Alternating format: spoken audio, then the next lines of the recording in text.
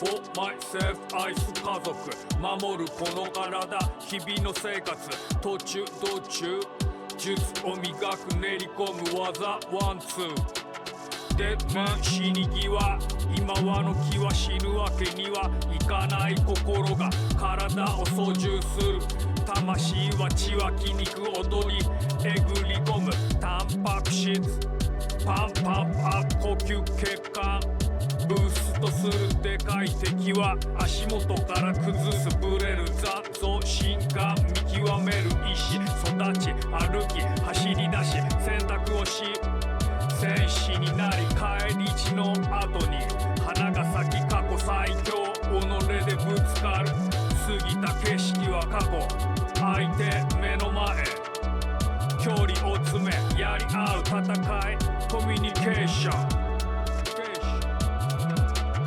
できることを増やして対応続けていく毎度毎度毎分毎秒燃やす脳みそかまされたなら挑むサイド常在戦場この状況2の立ちらず握るグリップ1の立ち疑わず引き込んだらラッコンしてぶっ放す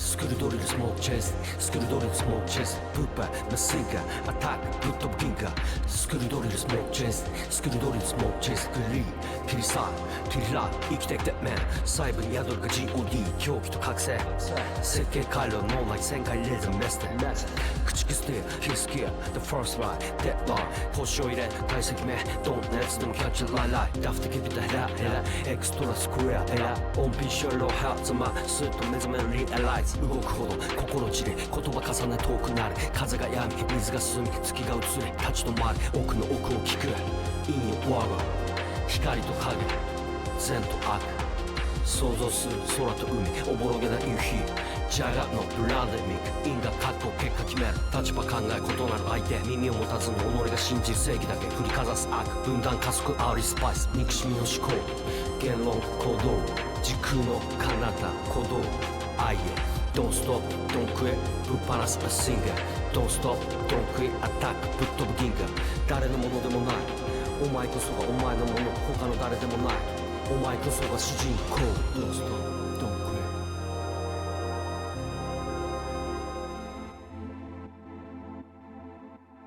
でメンはマスクメンやさぐれた運命軌道修正切り捨てごめんこめかみに旧姓宿命の星見上げるフルフェイス対角線上の宿敵論音ゆえシミュレーションの基礎強ロシアンルーレ逆境こそチャンスと心得る修正報復前進のリズムで時空ゆえ風に無勢なら当然のペインの弦トップシークレット墓まで持ってく持久戦口をつくのは口よりもパープルヘイズもしくは目がしみるほどの伏流炎今日もこのしのぎに固く誓う忠誠エクセレンシーからエクスタシーヒュプノスもタナトスも知らなかったカタルシス今しめ破ったイカルスにぶつイカズチ足元に屍熱背中には棺一呼吸置いて前後上下左右確認タクシードライバーの狂気は正義の鉄意逆に打たれてる杭ならまっすぐにエクセレンシーからエクスタシー竜のようにアクサバーク理由がある0か100の竜は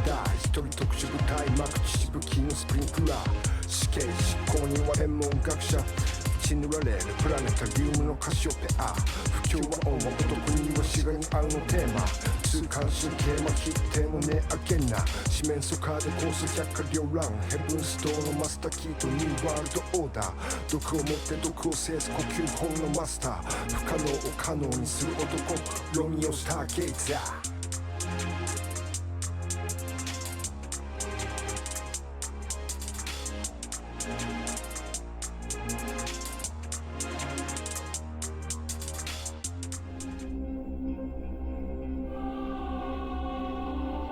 That man. I'm not that man. That man. That man.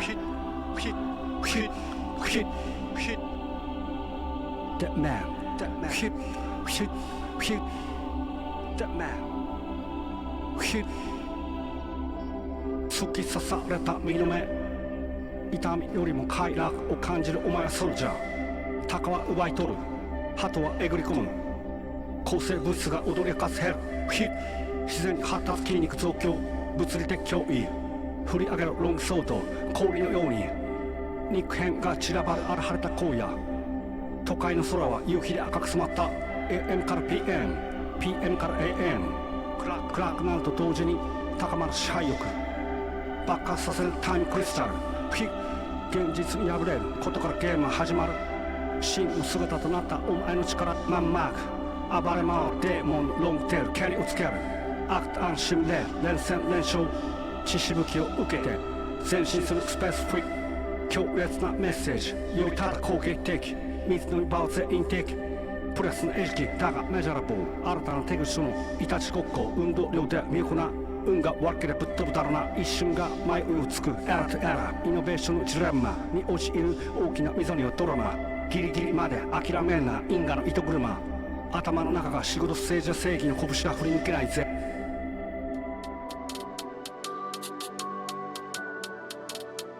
はオス for myself 愛す家族、守るこの体、日々の生活、途中道中術を磨く練り込む技ワンツーで死に際、今はの気は死ぬわけにはいかない、心が体を操縦する、魂は血は筋肉踊りえぐり込む、タンパク質パンパンアップ、呼吸血管ブーストするでかい敵は足元から崩す、ブレる残像進化見極める意志、育ち歩き走り出し選択をし、戦士になり帰り地の後に花が咲き、過去最強己でぶつかる、過ぎた景色は過去、相手目の前、距離を詰めやり合う戦い、コミュニケーション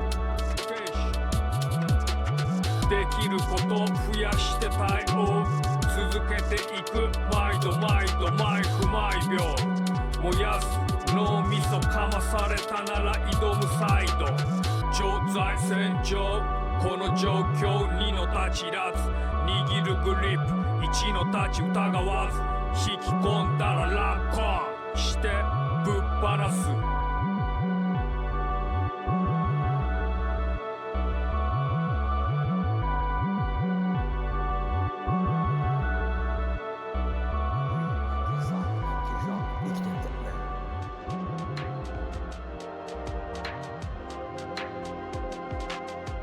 スクルドリルスモークチェス、スクルドリルスモークチェス、プッパーマシンガーアタックぶっ飛ぶ銀河、スクルドリルスモークチェス、スクルドリルスモークチェス、グリー切り裂切りラ生きてきてメン、細部に宿るが GOD 狂気と覚醒、設計回路脳内旋回レーザーメステ駆逐スティーヒスキア The first line dead line 星を入れ解析目ドンのやつでもキャッチライライダフテキビタヘラヘラエクストラスクエアエラ音符ショロハーツマスッと目覚めるリアライズ、動くほど心散り言葉重ね遠くなる、風が止み水が進み月が移り立ち止まり奥の奥を聞く In your world 光と影善と悪想像する空と海おぼろげな夕日、ジャガのブランデミック因果格好結果決める、立場考え異なる相手、耳を持たずに己が信じる正義だけ振りかざす悪、分断加速煽りスパイス憎しみの思考、言論行動時空の彼方鼓動愛へDon't stop, don't quit ぶっ放すマシンガー Don't stop, don't quit アタックぶっ飛ぶ銀河、誰のものでもないお前こそがお前のもの、他の誰でもないお前こそが主人公 Don't stop, don't quit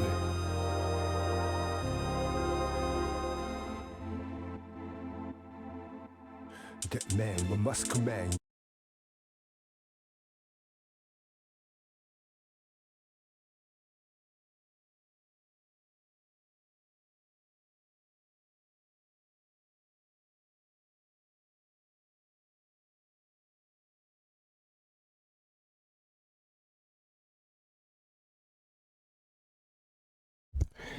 Hello and welcome back to more Romeo the Dead Man. The one game we've been playing very on and off on this channel due to just a lot of factors, but hopefully there will be some more progress today.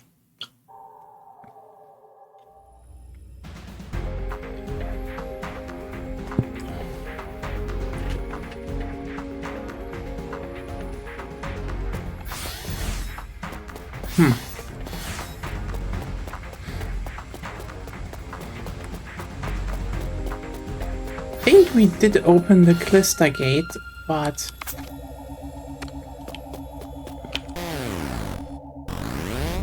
Registered.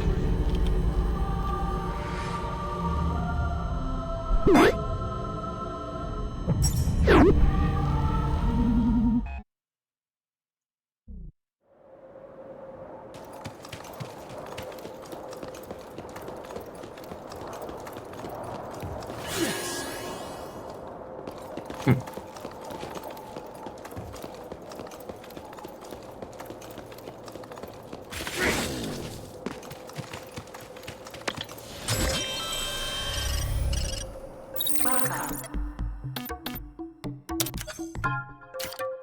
Shutting down.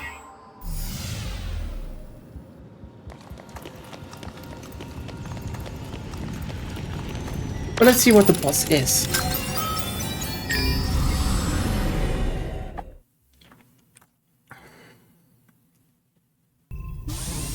Oh, wait, I totally forgot. This is another game, similar to Yakuza, where the chat box should be more in a bit more of a secluded place. Perfect. Now, You're finally here. You've kept me waiting so long. Are you the agent that woman mentioned? Dr. Hill, I'm here to put you under arrest as one of the most wanted space-time fugitives. I have done nothing to warrant being arrested. I am simply doing what is best for myself. Although someone like you could never comprehend it. If you continue to resist, you'll be eligible for elimination. It may be no use talking to this guy. That's fine. Now die!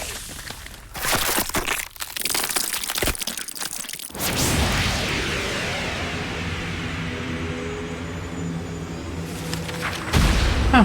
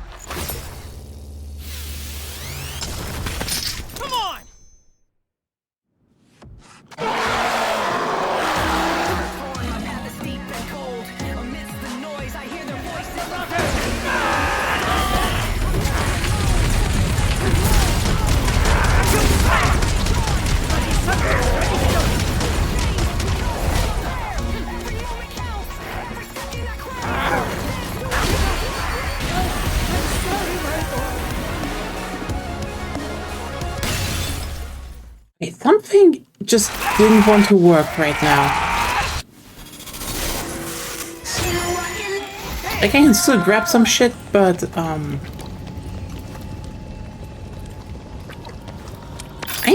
doing actually rather fine when I get into the swing of it, but yeah, I mean, I can still grind some dungeons and just get my general stats up.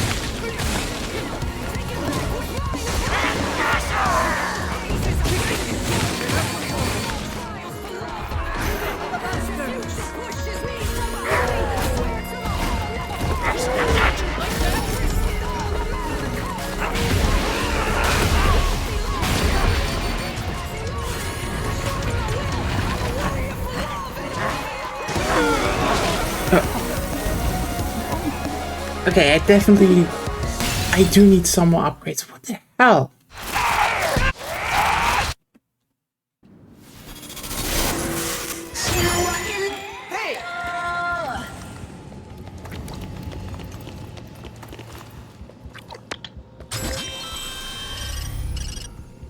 This does a lot of damage. What the hell is going on there? And like, maybe I shouldn't use a different weapon? Should definitely upgrade that, like a different ranged weapon, I would say, but even then, some things are just like, okay, how do you dodge that shot? Do you just run it then? That's really best.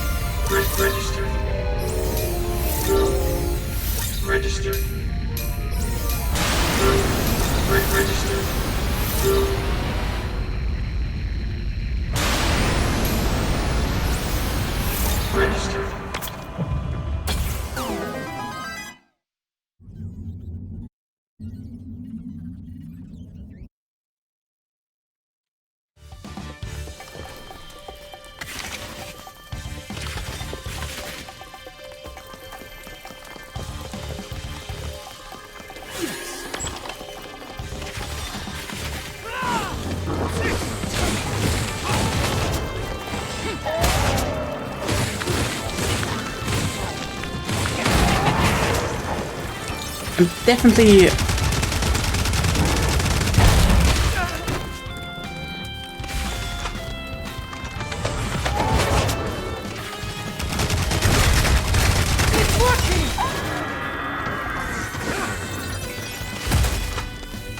Well, that definitely looks better.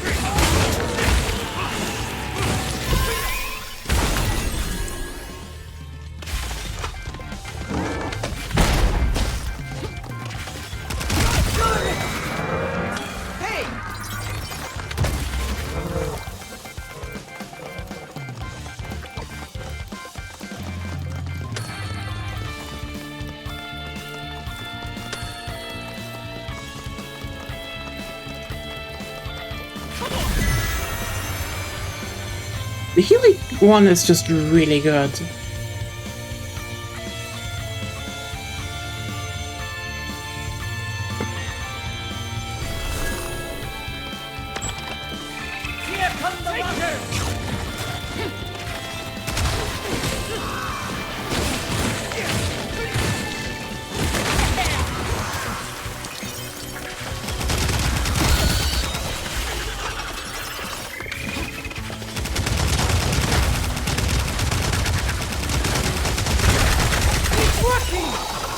You know, as much as I like the shotgun, I really will settle over to the LMG. That is useful.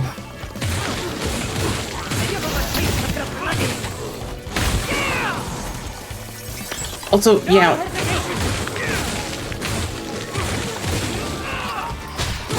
Problem is when you do a pause and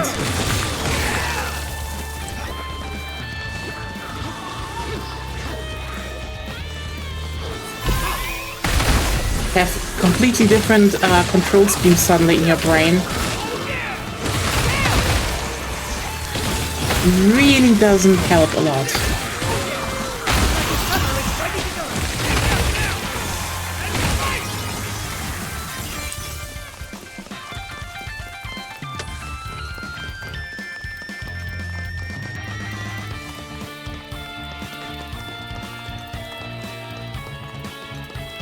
Like, I do want to interact with F all the time because, well, oh hey, yeah, dipped a bit into Resident Evil again, guess.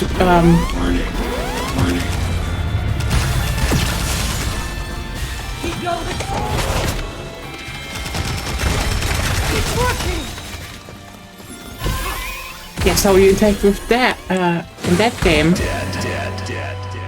And, well, those games more like, and it's, brain hates the confusion.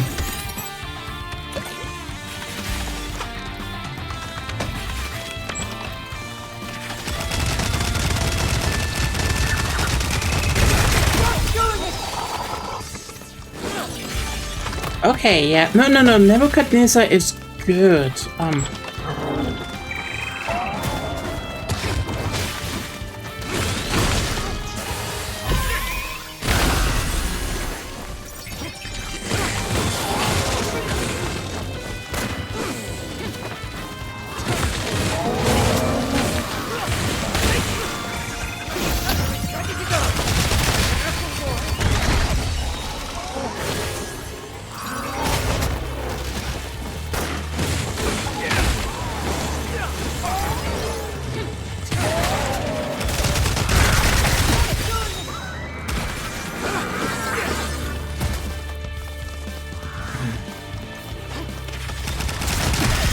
In that sense, I wonder if I should also get...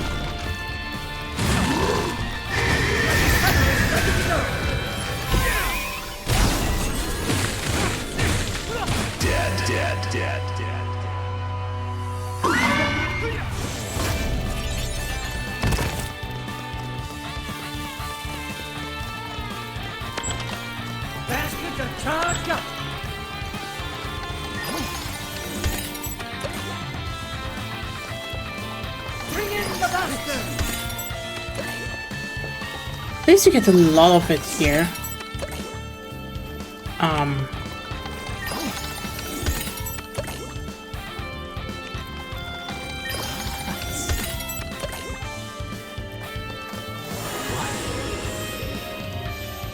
Do you think I should probably look into the fists? Like, maybe those are better as a weapon.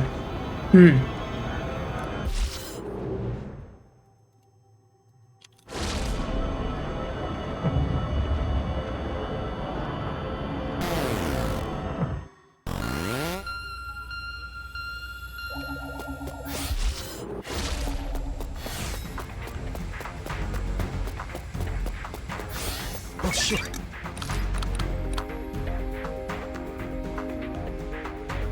Oh. Yep.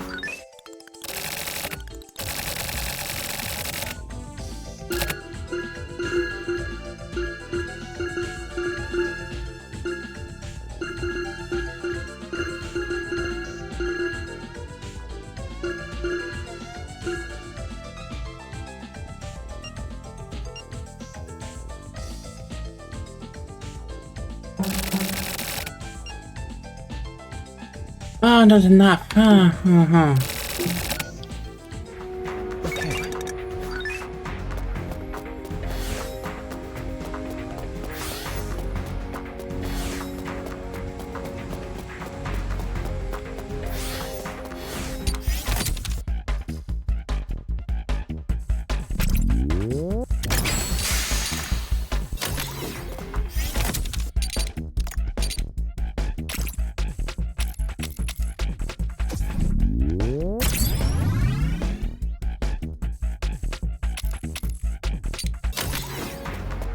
I guess a few more runs and we should have them fully.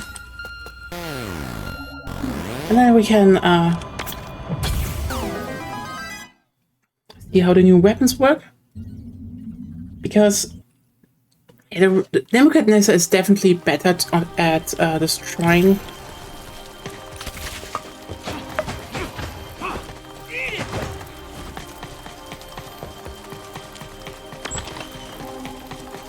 So let's see how...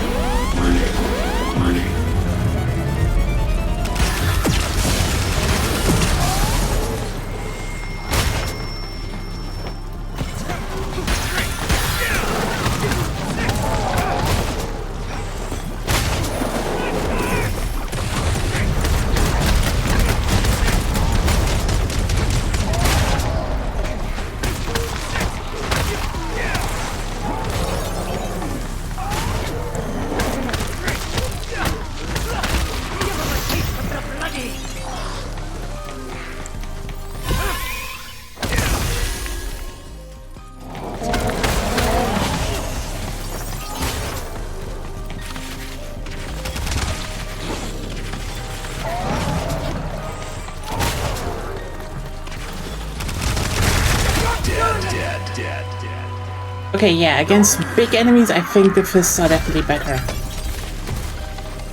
That is a good upgrade then. Well, I guess I should have done it earlier. No hesitation. Just do it.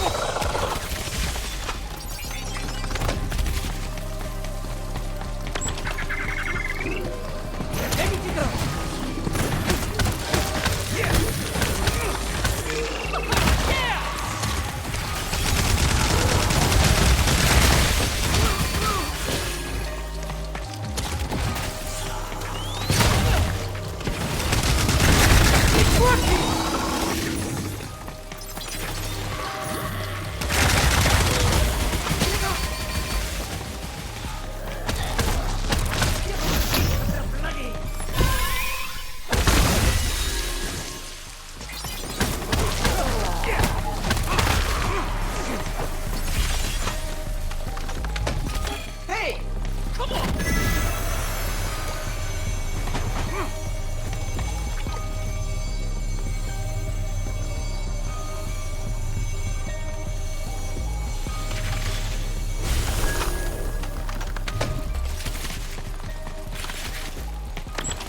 Keep your wits about you!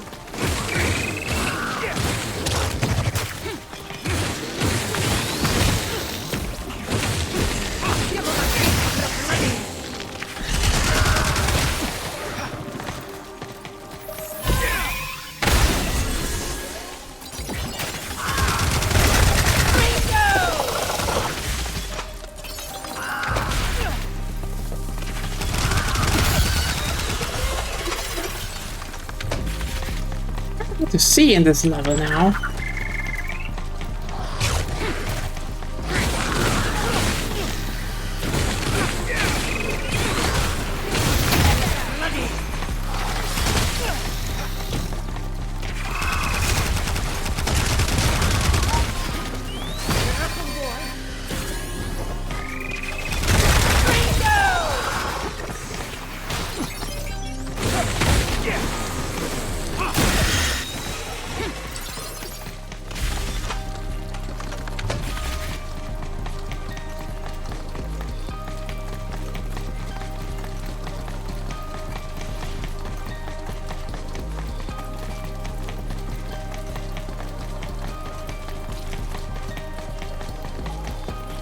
The bastards!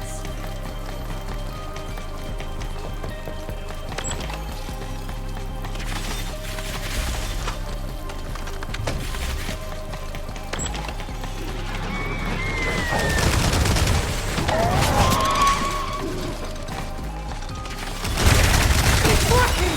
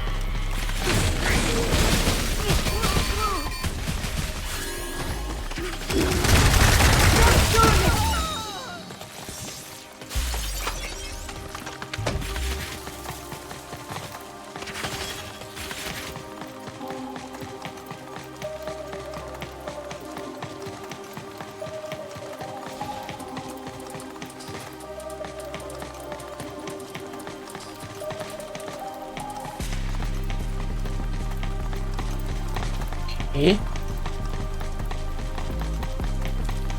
Hey, look where to go next.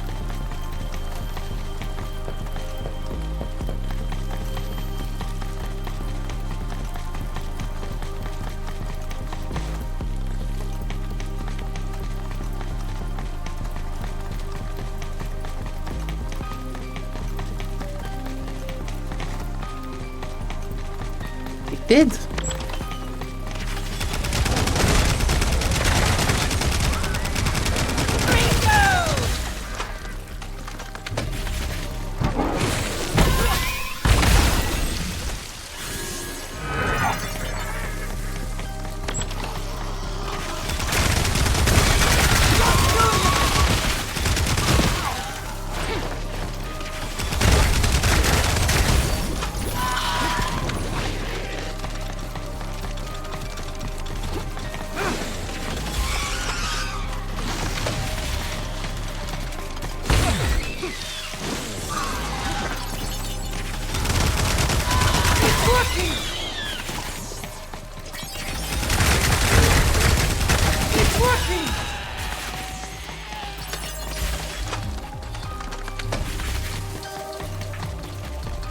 Somehow this one, this level really has lighting where I'm like, oh no, I can't see well.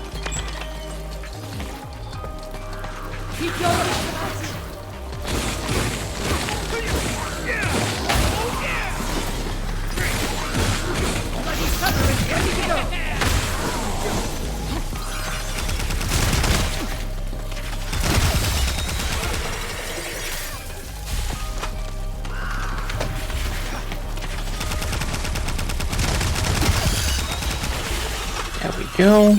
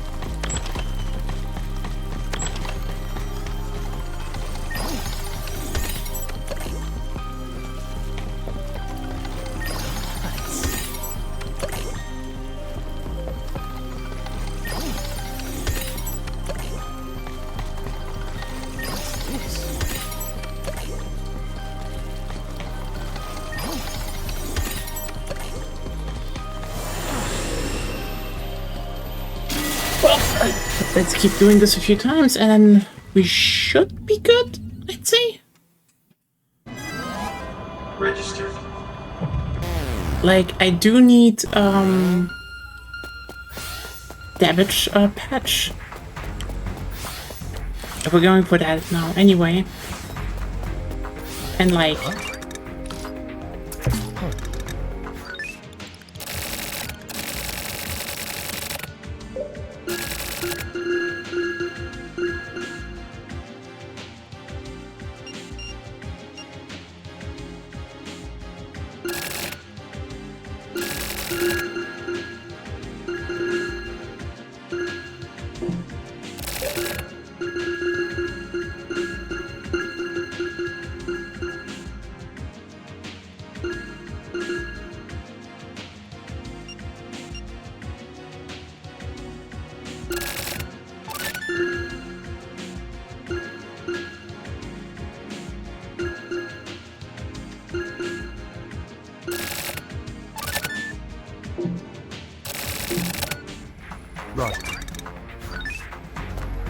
Oh god. Hi, bot.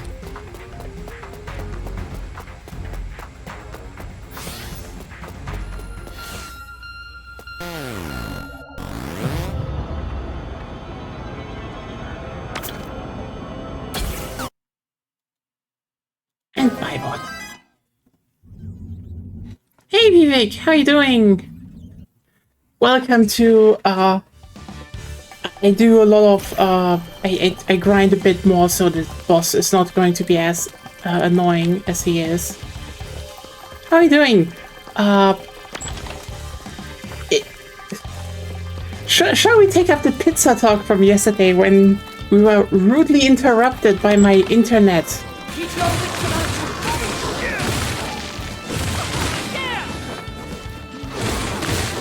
It's getting better. It's just, like, I finally can have some, like, I finally slept again. Hopefully tomorrow, more sleep, and then I can finally, can put up the pollen net.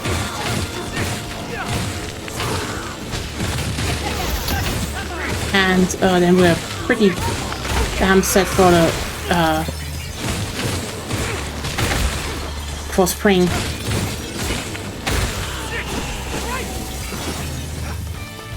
Okay, so again, I wanted to point out this. I do not know what is your the main type of pizza that is in your region, because like it always depends on who brought like pizza to your region mainly. And you also need to keep in mind that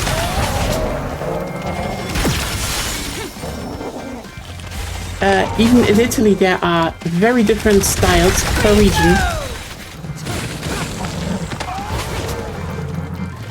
So like, the most famous one is Neapolitan, obviously. And the Neapolitan style was also what was mainly exported to, for example, New York. But they had some very crucial differences in how they were made. Brazilian pizza is weird means. Honestly, every region has their own. Like I think that the big thing you need to keep about pizza is that every region kind of has their own style. Like, I mean, I know it's kind of counted towards pizza, but also it is actually way, way older. Is the German Flammkuchen, which is basically a very thin dough with like used like schmand, or it's like kind of a creme fraiche on there with onions and bacon, and that is, you know, baked, and that is like really popular in the Elsass here. Like, I know nowadays people attribute it to the French, but like that's a German dish. Like, it's, if you go to you rarely will find it in like France. You will more find it in German. And like, yeah, I know the French conquered the Elsass, but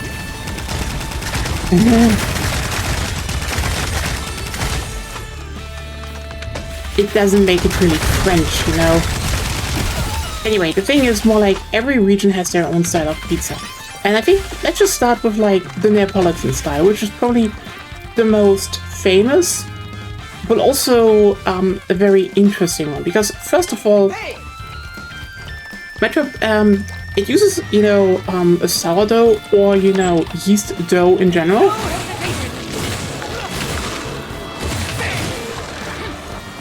But crucially, it has two major differences to the American style pizza.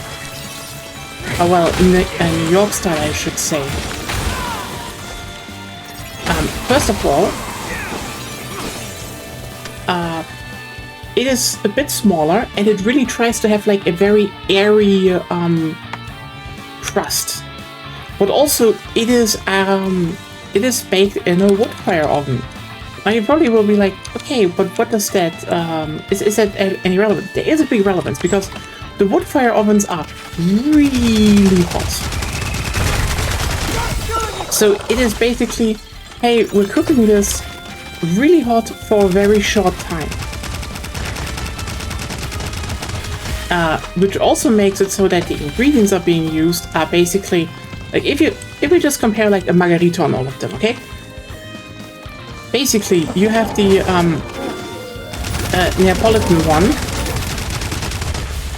which is fresh, usually just like literally squeezed tomatoes as the sauce.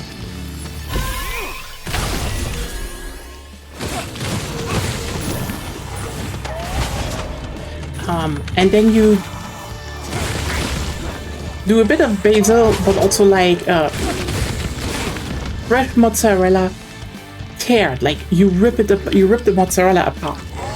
And there's a pretty big reason why. Now you're probably like, oh, it's just mozzarella. Okay, here's a big thing. Buffalo mozzarella, which is what is being used in, you know, a Neapolitan, is a very, very fresh cheese. And one of the reasons that they can even use it is because they do it in a wood fire oven and they tear it, so it's more like small blotches. Because, you know, you put it in, it is really hot for a bit, it just all melts and that's it. There's a bit of char on the crust, but that's how Neapolitan is made. Now, comparatively, New York style happened from immigrants that where, you know, most couldn't like afford to have a wood fire oven back in the day. Also, you know, safety, etc, etc, etc. So what happened is that they used gas-fired ovens.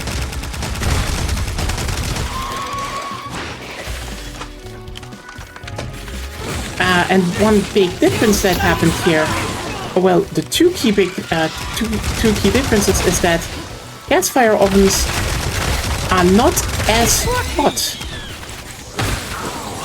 So New York style quite literally bakes longer and usually has also, one of the key differences, the crust on the bottom is more crunchy than that of Neapolitan because, you know, it bakes longer.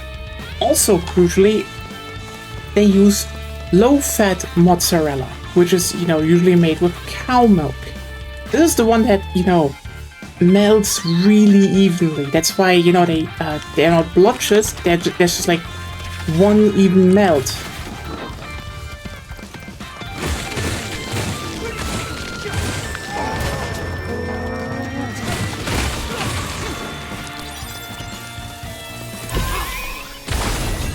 Now, by the way, this is not that one or the other is better, like you can have preferences. I do personally think a good Neapolitan is definitely 2 degrees better than a New York one.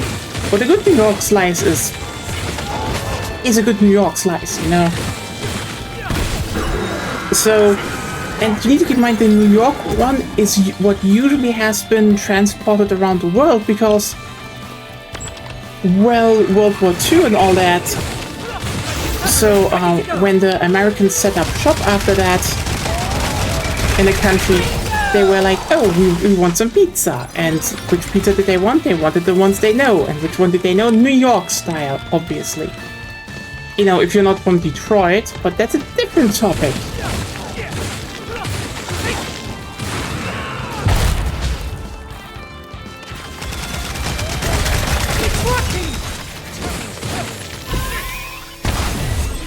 But yeah, if you have pizza that is mostly done in a cast fire oven that takes a certain time to bake, you will have New York style pizza around you, or at least a base that is being developed off of. Now, obviously there are more styles of that. If we now go, for example, to more south, Sicily. Sicilian pizza is a pan-style pizza. So basically, you basically make a way thicker, way more rich dough. But crucially,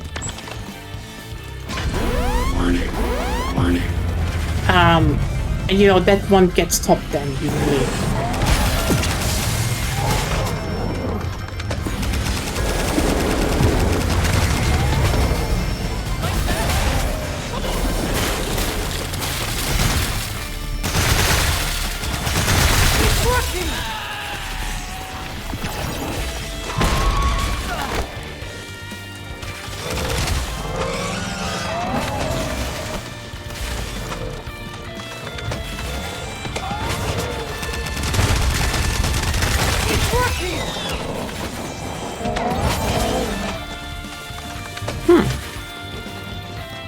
I think you probably can also not ask in your local pizzeria what type they use it, but I mean, it wouldn't surprise me if it turns out to be New York style, because again, if you, for example, not have like a major influx of Italian people, your dominant style is probably going to be something like New York, because again, gas-fired ovens where still are just cheaper.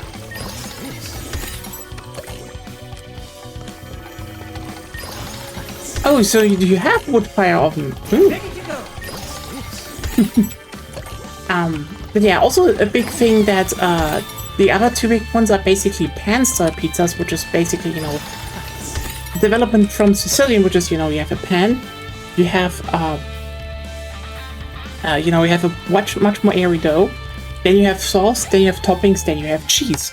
Now, the irony is there are two inverse variants from that developed in the USA. One is Detroit style, which people do say is deep dish, but also the key thing is deep dish is more about how things are layered, because so with Detroit style, you actually put the dough in a pan, then the cheese, then the toppings, and then you put streaks of sauce on it and bake it. So it is reversed. Similar, by the way, if you make a Chicago deep dish, but Chicago deep dish is also more closer to biscuit dough, because, you know, it's actually in like more of a cake form, because quite literally, because people said it's a pizza pie, and then they were like, oh, we should offer pizza pies, and then the chef was just like, I guess I'm making a pie, and they said there's like tomato sauce, cheese, and like sausage toppings. So they literally just were like, here's the dough, Here's cheese. Here's the toppings, sauce, and then usually you make Parmigiano on top, and that's how deep dish happened. Yeah, I know it's funny, but like quite literally, deep dish is just something that happened because someone was lost in translation. And you know what? That's fine. Like that's just how things should work, in my opinion. Like.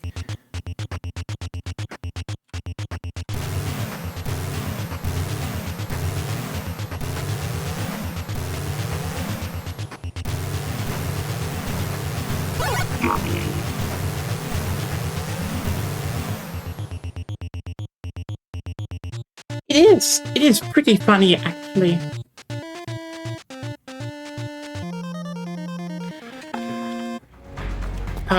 But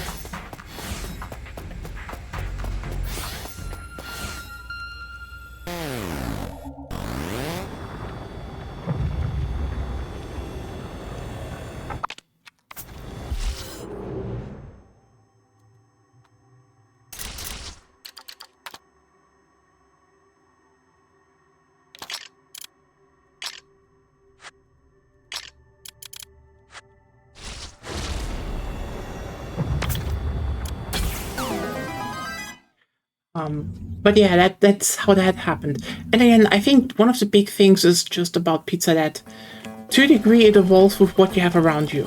Like, you need to keep in mind that the fundamental thing about pizza is that it is a poor people's dish. You shouldn't be like, oh, you can't do this and you can't do that, because to a degree, you're just baking shit on a dough. And it feels like a waste of surface area. You mean Chicago deep dish? I mean, honestly, it probably has the most of all pizzas.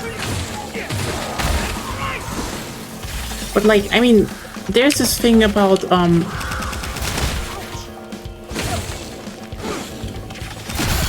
that we basically just call pizza what can trace their lineage kind of back to like the original Italian ones. But as I already said, the whole baked flatbread with topping isn't new. Like, again, in the Elders and such, you have the Flammkuchen. A thing I love, honestly. Then you have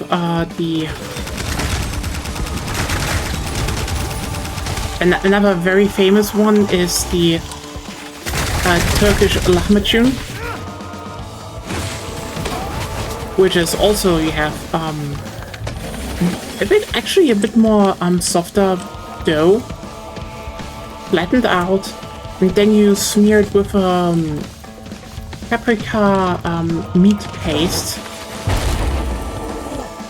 before baking. And is this kind of a pizza? To a degree, there's a reason people call it Turkey. Like, even literally the Turkish shops here are calling it Turkish pizza because the concept is just easier to grasp for like everyone. Even though it was a distinctive Turkish invention. Because, you know,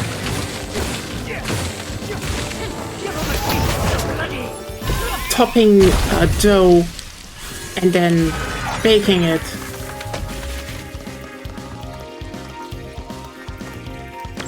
It is kind of obvious that this would just develop around the world, and like especially in something like Turkey, because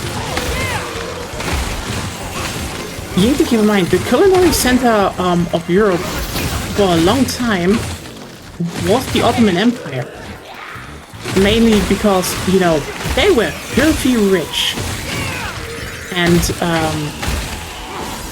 the Sultan just had like, it was not the Ottoman, the Caliph. It was the Caliph. Who was it again? Anyway, basically the rule of the Ottoman Empire had like gigantic kitchens. What is the yeshiva if not a tiny yeshivas? Oh, I have not heard of that. I need to Google that. Like they had like gigantic kitchens where they, you know, made everything from like lavish dishes to candy, because to a degree, when people visited the palace, they were like, you know, they basically were like, look how much fucking shit we can cook.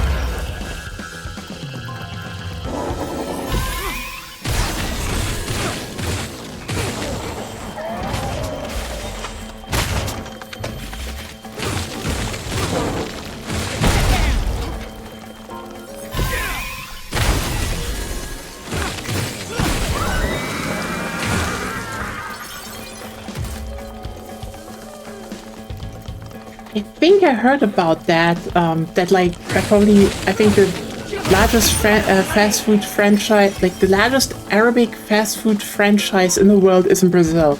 I think I saw a video about that just a while ago, which is immigration. It is always very funny.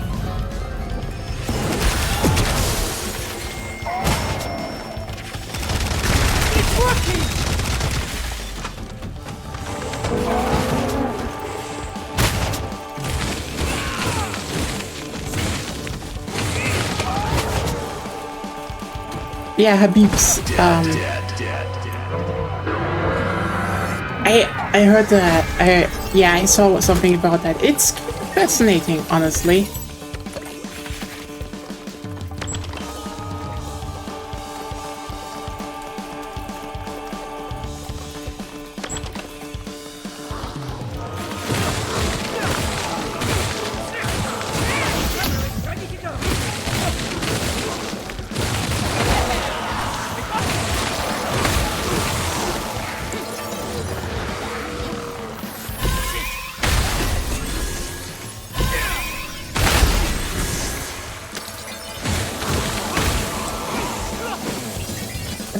Probably the only reason why we don't have a giant Turkish like Arabic fast food chain in Germany is quite literally because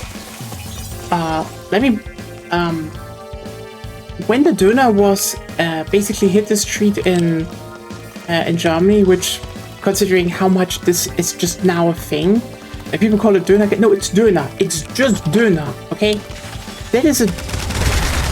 We had a fucking legal battle over this thing. And we still need to get rid of Erdogan before he tries to do a doner monopoly. Okay, no, seriously. There was a goddamn legal battle over doner because, okay. So the thing is, German doner is basically like the equivalent of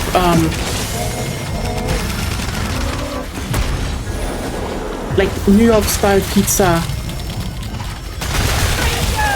Neapolitan.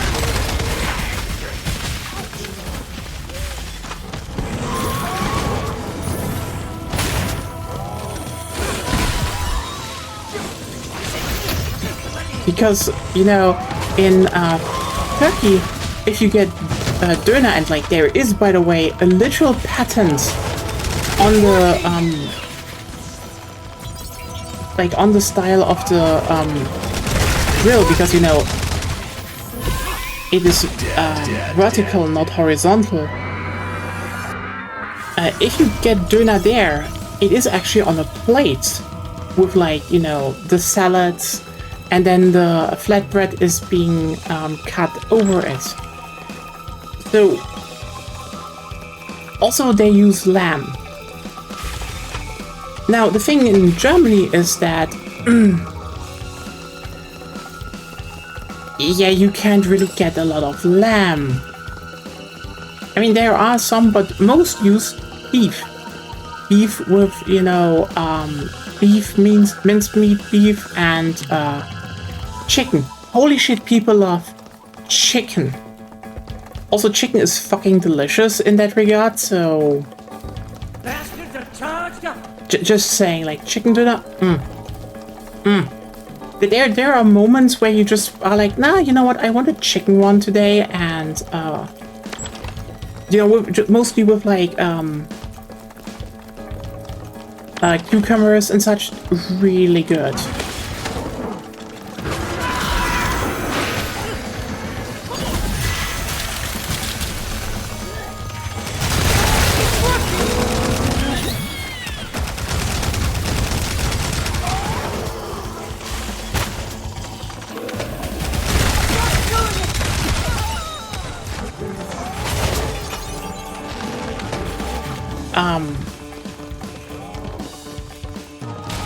Oh yeah, you know, chicken is, it doesn't surprise me considering, like, even in the USA, when I traveled westward, like, one of the big things they started putting on pizza in California was chicken.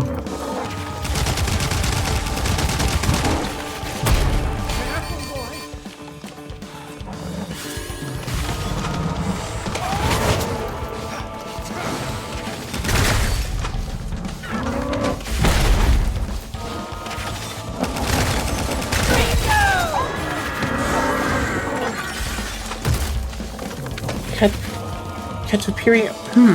Interesting. I mean, they're not selling them here, but I can see that. I can totally see that. Chicken is also relatively popular here. Like, again, there's the whole. This is mainly associated with Californian style pizza. Because yeah, California just didn't give a fuck about what is supposed and not supposed to be on a pizza. So there's a huge point of contention around California style, but still.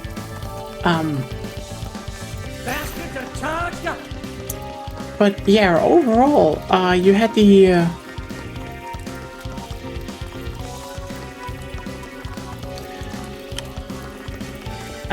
one of the big things that happened here is that when Döner hit the street, they intentionally did not patent it.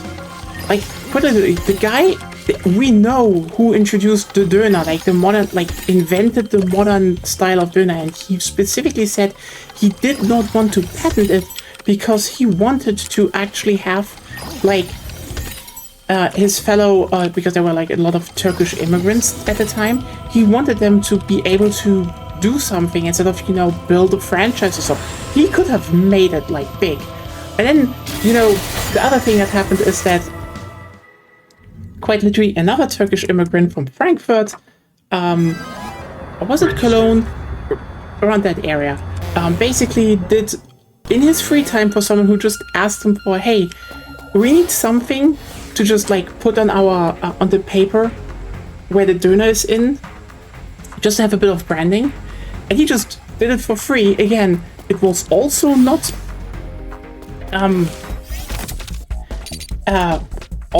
licensed or anything, and the result was, well, now everyone knows the goddamn Döner picture. Wait a second, I just remembered. A lot of people in my chat are not from Germany, so I should probably show you what I mean with the Döner guy.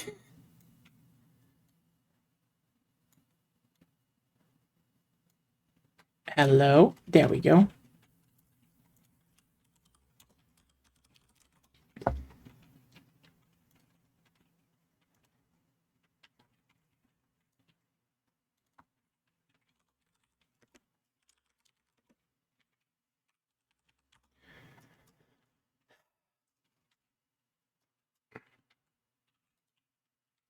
So there we go. Get into this. So, you know, it wouldn't surprise me if that actually traveled across the world, because yeah, this is the original logo, and from what I knew, it was like like he had an Italian chef or so. And like, he just, I did not know. Okay, this thing is, like, literally, you'd think Döner is like one big chain in Germany because every single Döner shop uses it. It's not. This is just something that you have to use if you sell Döner in Germany. It's just kind of a thing. But yeah, Basically, I think he was holding something else, so he just edited a knife on it, and this was like an Italian chef or so, and then, you know, add that doner kebab on top, and then it's just like, again, he did it for free, gave it out for free, and everyone was just like, yeah, I guess we use that. And this is why the doner logo is just a thing. Because basically when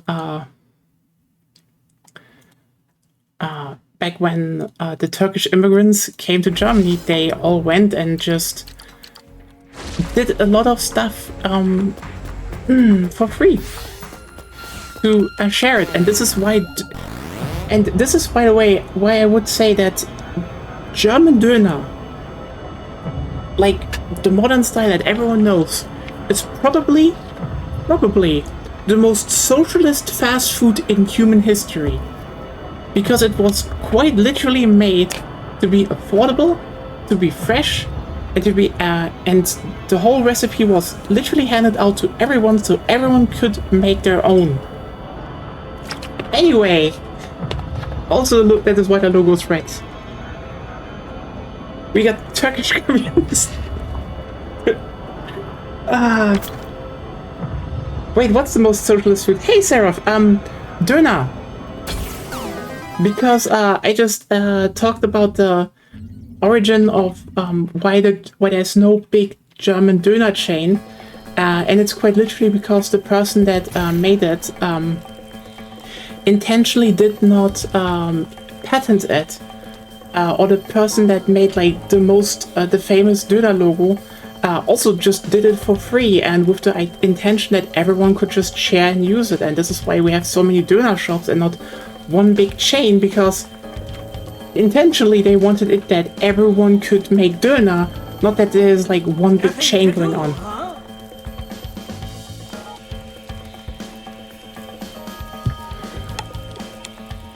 Yeah. Also, I hope you're doing well. Just grinding a bit to get the boss done. Oh wow.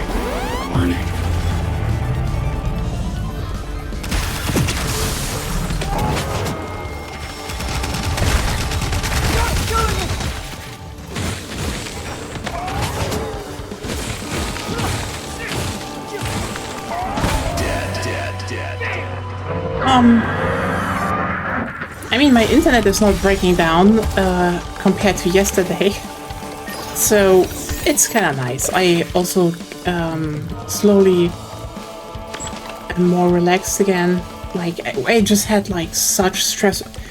Honestly, only like on Monday night or so, I realized just how much I was actually stressed. Like, it's not nice having some breakpoints going on.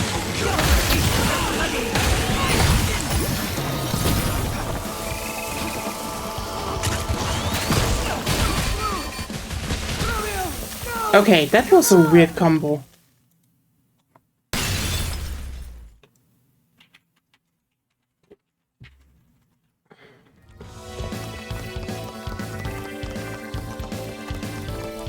So I will definitely take the next days to just relax again and just hopefully not break down anymore.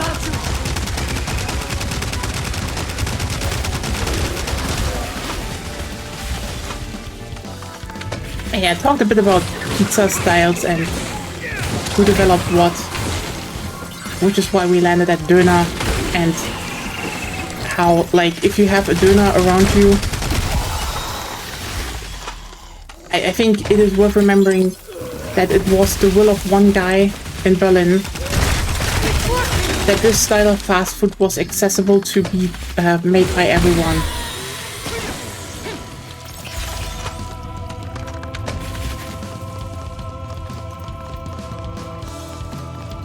Honestly, it's kind of funny how much, like, quote-unquote traditions or and such from Germany are very much in a communal spirit.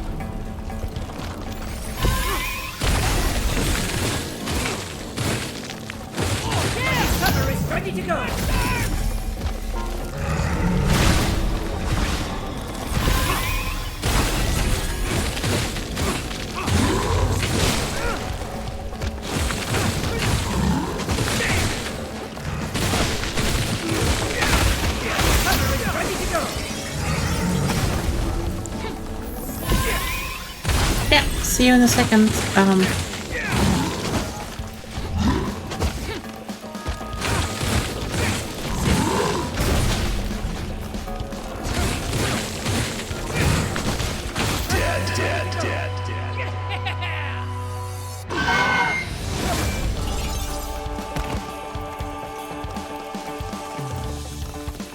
Yeah,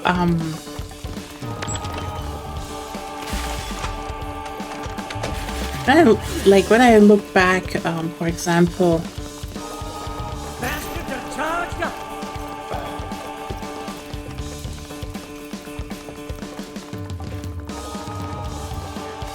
like for example, I think one of my favorite examples is still Oktoberfest. People are always like, oh, isn't that appropriation or anything? And I'm just sitting here being like, listen, the whole point of Oktoberfest, and I'm not even kidding here, is that you do not need a reason to party. That is literally the spirit of Oktoberfest, because they had a big party, and the next year they were like, damn, wouldn't it be cool if we had another big party? But like, sorry, no one is getting married. And someone pointed out, we can just throw the party anyway.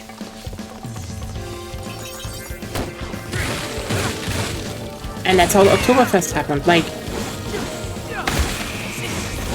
there is literally no bigger meaning than Munich realized you do not need a reason to get absolutely fucking wasted once per year. And I don't know, that's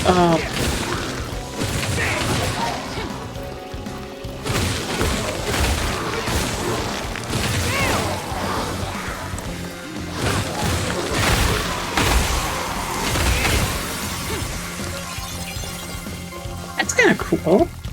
Like, it's a good spirit in my opinion.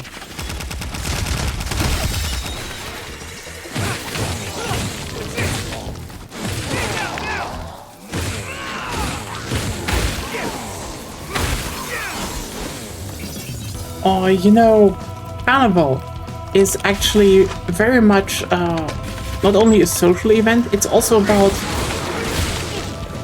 quite literally critiquing power.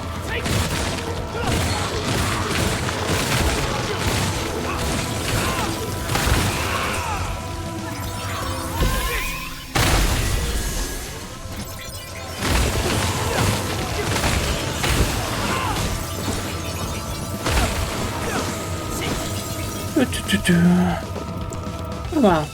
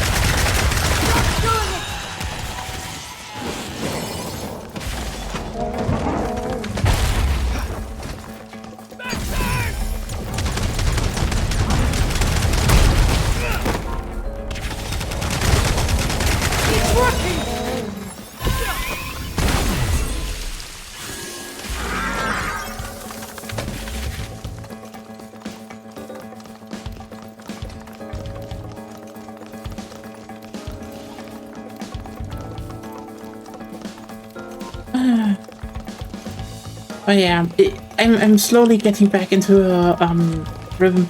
Like, I think playing some Resident Evil for the last days and Yakuza 0 before that really destroyed my muscle memory for Romeo's a Dead Man. Oops. Not the best, I would say.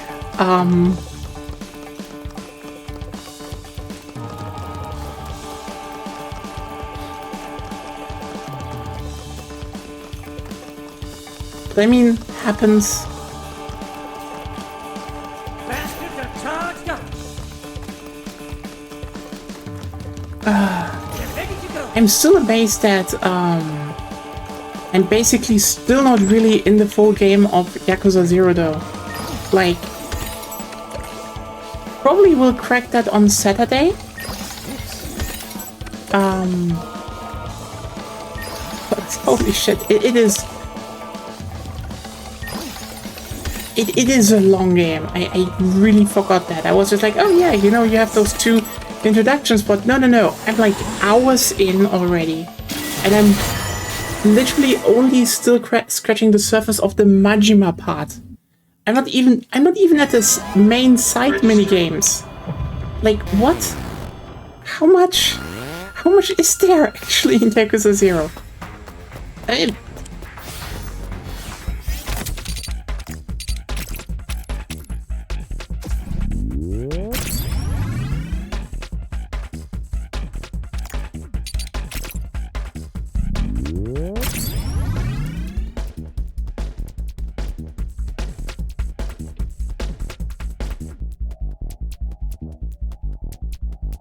To get more centric for the attack power and stuff,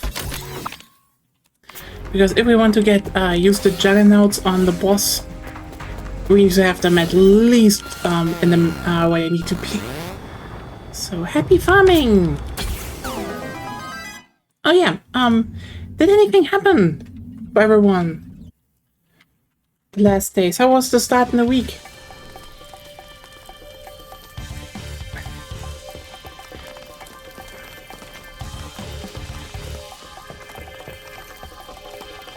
Here it was quite chaotic, but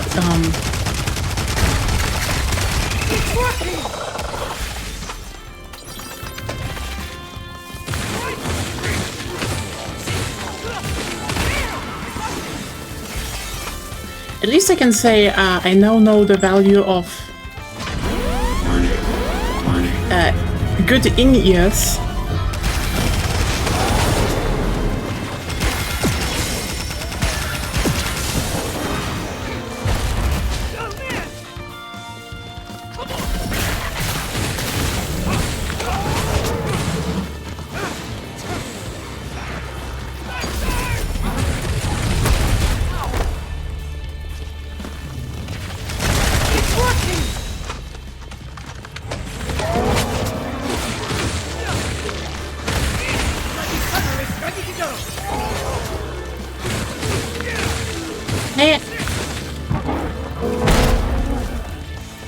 Hey Anna,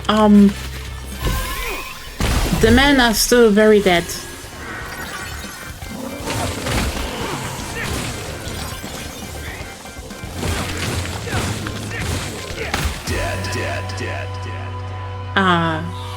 Talking about stuff like pizza and how Döner might be the most socialist fast food in the world.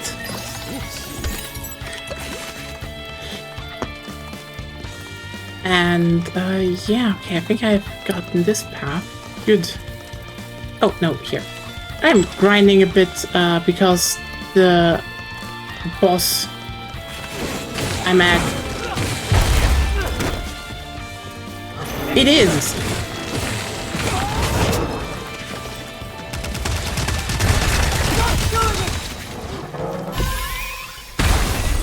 But I was mainly talking about how so much about it, why it's so ubiquitous around here and around the world now, is because, you know, we do know who actually invented, like, the modern Döner.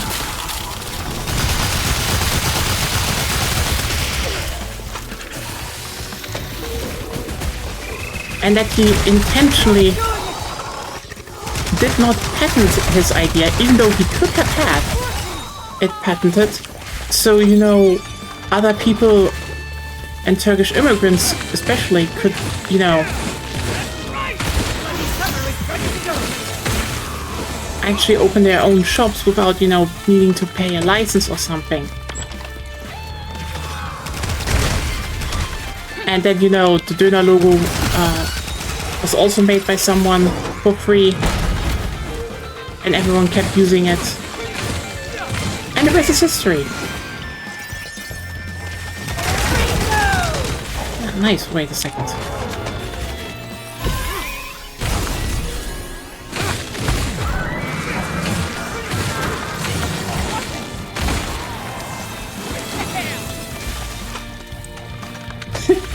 Oh yeah, No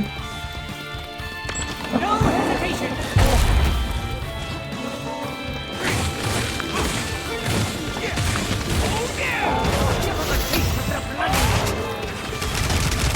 It's working. honestly, that goes hard.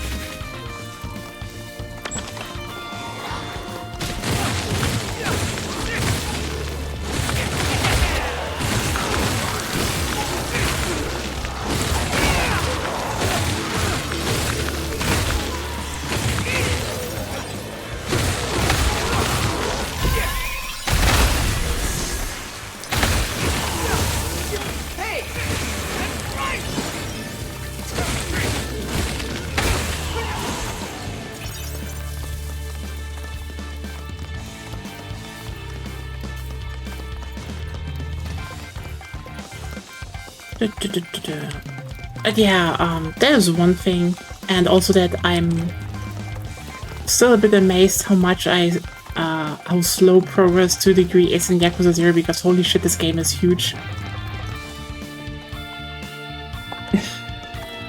And you know what? Fuck it. Throwing that in, if I had rigatoni, like the Döner, it's like, I mean, rigatoni is a type of pasta. And yeah, I had rigatoni. I know rigatoni, they're very delicious.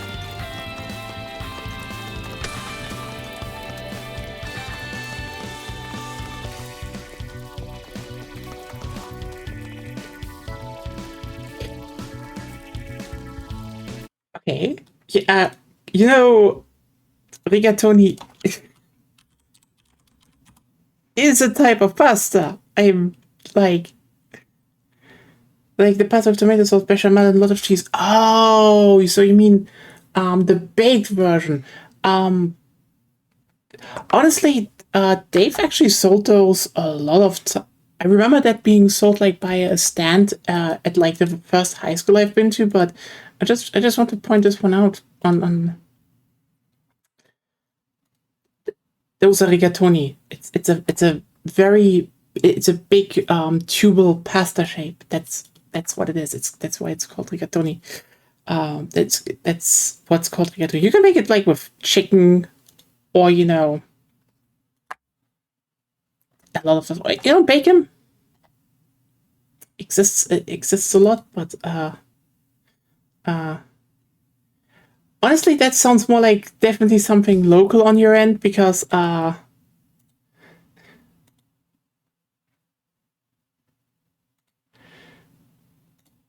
but I definitely have eaten a lot of rigatoni with, like, you know, also with bechamel, I think.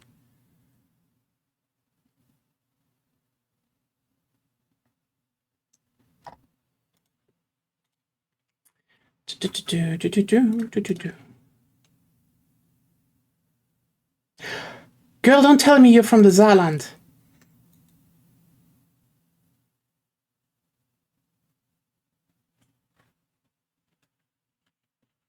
No, don't worry. More like, which town?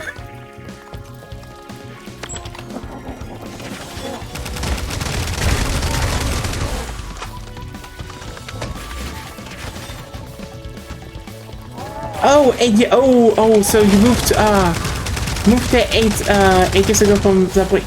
Saarbrücken is a great city, yeah.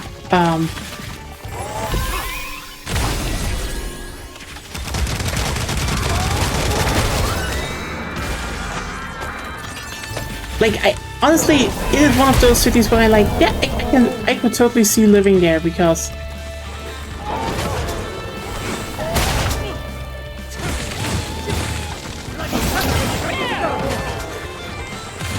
No, you know what? I totally understand you. I think one of the funniest bits that happens is that, like.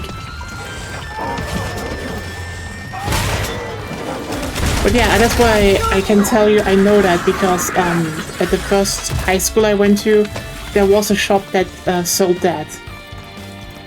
Also, funny story. My best friend during school once came over, when I had my birthday, and went to like a restaurant in Saarbrücken, and he was just like, on first impressions, like, holy shit, this is a nice city.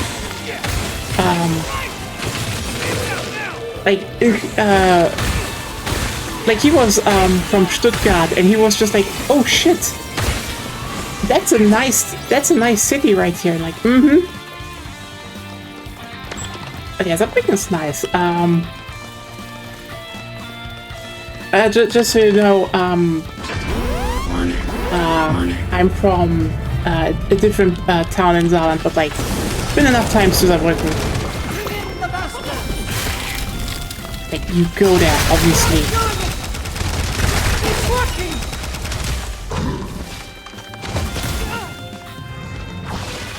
I mean, that's kind of the case with every city, I would say.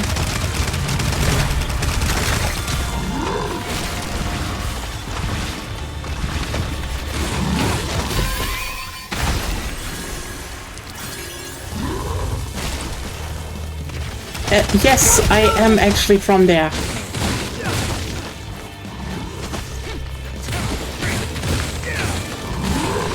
Oh, it's even funnier if you can figure out from which town I moved to which town in Germany.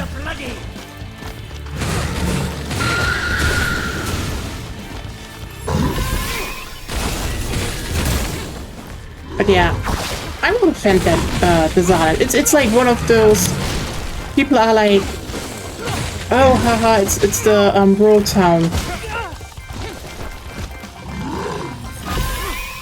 It's a rural area, and they're all like, there's a very weird forced thing from them trying to pretend it's is it the vowel swamp? What do you think of vowel swamp?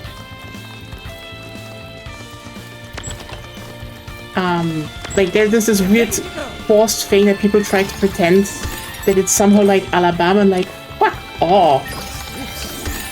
Everyone just probably really they don't have as much culture as the Saarland has.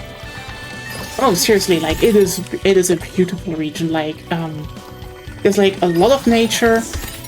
There's great food, actually, like, really good food. As I said somewhere else, especially the summers can be really mild, especially when you're out in the countryside. And then it's just like, you can just jump on a bike, like go down a bike path, stay at a beer garden. It is really nice there. Is it the vowel swap? Oh, the vowel swap. Yep. You know what I mean. Which is very funny because people generally thought I was from the other town, and then they were like, wait, you moved to the other town? I was like, yep.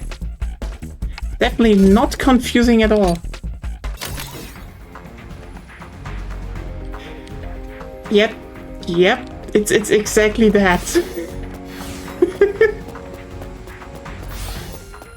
Also not a bad town, honestly, but interesting that someone moved from Hamburg to Homburg and not the other way around.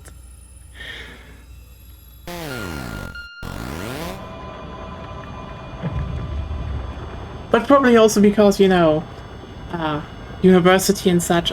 There's a bunch of industry there, so it's not gonna be that surprising, but... Oh, the other way around. Yeah. Okay, exactly. Don't worry. But yeah, exactly that. It's exactly that.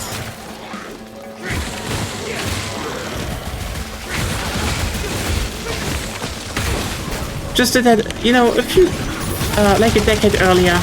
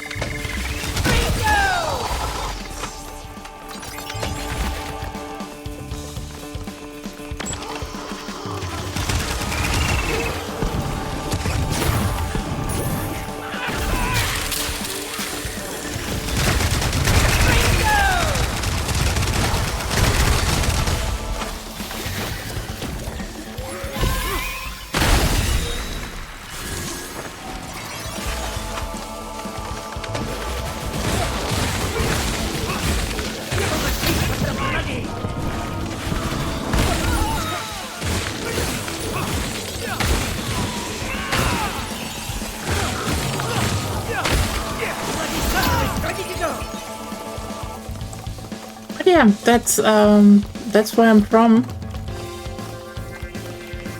Granted, I did spend a bunch of years before I moved to Hamburg, mostly in a boarding school in Baden-Württemberg, so Miss Worldwide. I'm not held down by one region.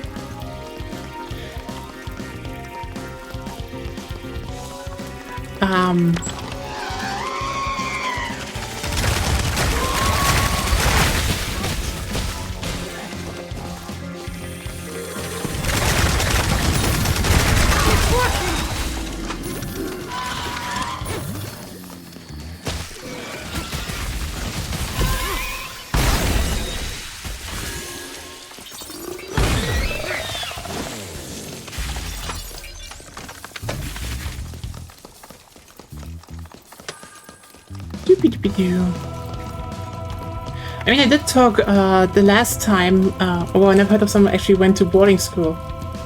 Oh. I mean, it was mainly because the high school I went to, back where I'm from, was shit. Like, quite literally, no, actually not. This was also I would say this is not, oh, rich kid went to boarding school situation. This was this was one of those. This is more of a yep, you have problems, and like because your local school is quite literally a piece of shit run by bigger pieces of shit. You can like go to boarding school and like repay that, and I'm gonna be honest with you here, holy shit was that school better, like night and day. I will say that I don't know if it is for everyone, but like at least for me, the whole you can just like sleep longer, because like okay, everyone needs to keep in mind, I don't know when school starts in other countries, but I know, for example, in a lot of countries it starts at around 9 or so. Germany is 7:45.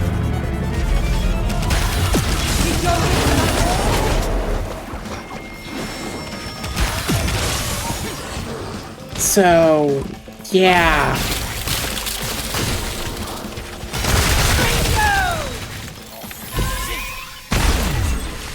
But you know, if you have your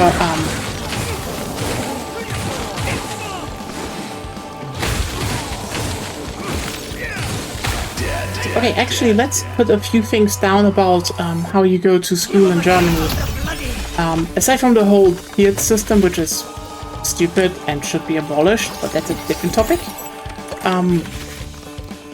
There's also just the thing that, first of all, I know a lot of countries have lockers. There are no lockers in Germany.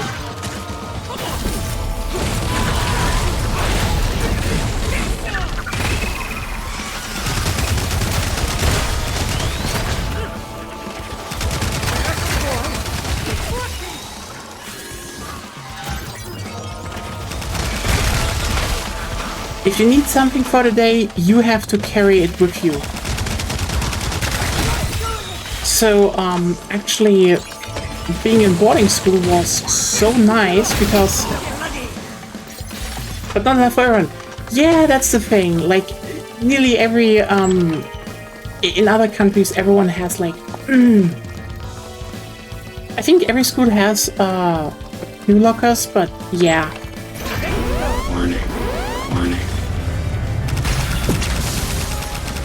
Oh, interesting.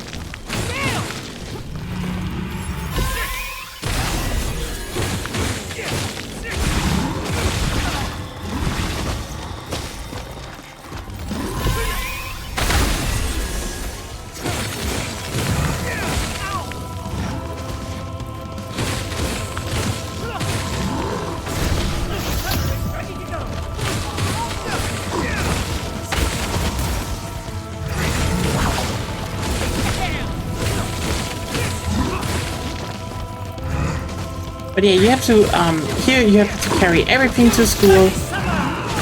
So like actually being in boarding school was really nice because, you know, you just had everything in your room and in between classes you could just get the new stuff. I need to also point out we had like a way different like, the school the boarding school I went with had like a very different approach to a lot of things. Like for example, they never had the whole, oh, you just have one class. They always paired them to like in together, so you had like one longer class. Also, kind of an important thing, there was no school bell. Class just ended when it ended. I mean, there were like fixed times to end it, but like registered. When the teacher was like, yeah, we don't need to do this now again, you know, we're done for the day, you could just go. So that was pretty nice, actually.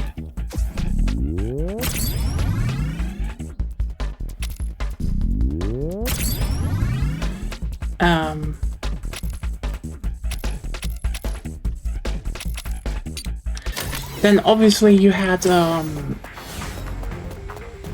so, you know, there was no bell. Also, I think the biggest thing at the boarding school,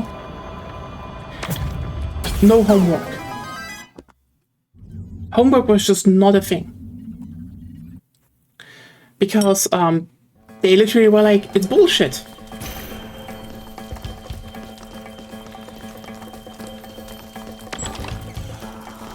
And, yeah, like, except for one guy in the class who, like, really narrowly missed it, everyone, actually finished, so... This was also not, oh, you really needed, like, again, our whole fucking class made it through. and the ones before us did, and the other ones did. So yeah, we just had no homework. And holy shit, is it nice. Like, I cannot tell you what kind of difference it makes.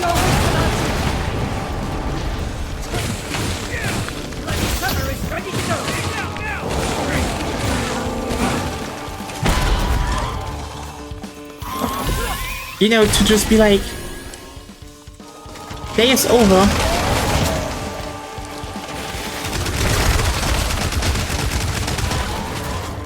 And like, the day is over.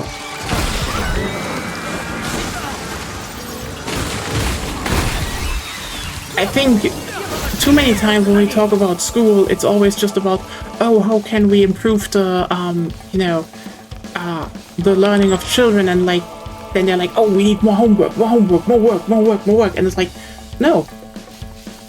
End the day early. Give children... Don't give homework. Children will be much more happy to actually engage with school if they don't, you know... You know, if school is over and they just think of needing to do more work. Holy shit, just don't do that. Give children some freedom in their time. And that was just, yeah, that was like, school was over and sometimes we just had a lazy day. It was just we don't care anymore. Sit down and just play video games or something. Or just, you know, just fucking... laid down on grass and took a nap because, like, I need to point out, the boarding school was very rural. Like, this was an old monastery in the countryside. So, when I tell you, it was rural, it is very, very, yeah, you can teach everything in class. It's not hard. And, like, I mean, I still had to do, like, probably need to do through probably the worst class of them all, because again, funny politicians were like, oh, we need to make you know, increase the output of students or something, and so, oh yeah, everyone needs to just do advanced math course now. Is this sensible? Who the fuck cares?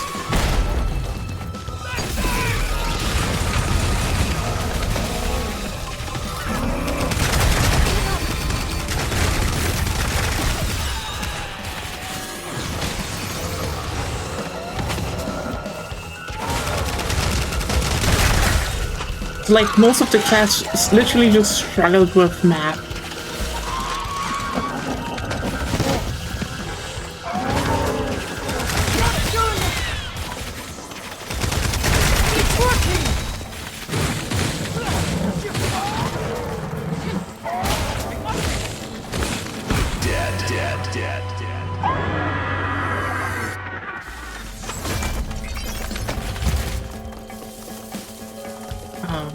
But yeah. Well, inconsistent homework is probably still better than just constantly being barraged with it, because like, holy shit, did I need to do so much homework at like the other school, to the point where my, like, I know my parents were like, oh, why are you not doing homework? And I just looked at the gigantic fuck off list that I needed to do, and I was just like, no, this is bullshit.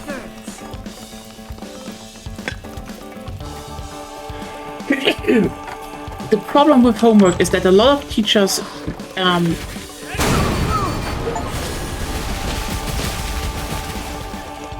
you know, do homework not because it actually helps anyone. They do it because, you know, they can. Like, I think that is one of the biggest problems no one wants to talk about. That the majority of teachers think of classrooms as their own little fiefdoms they can rule over, and homework is just a way to be like, oh, no, you need to appreciate my class more than everyone else, because, you know,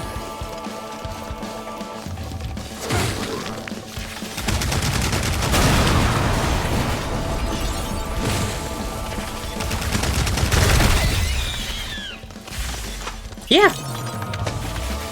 And like, I know people make claims that, you know, oh, school is extra loaded, so, you know, you don't get, you know, you get used to it before you enter the workforce. And like, listen, no, that's a conspiracy theory. The thing about school and homework is quite literally, homework is legal. Class ends when I say that. Yeah, like that's the thing.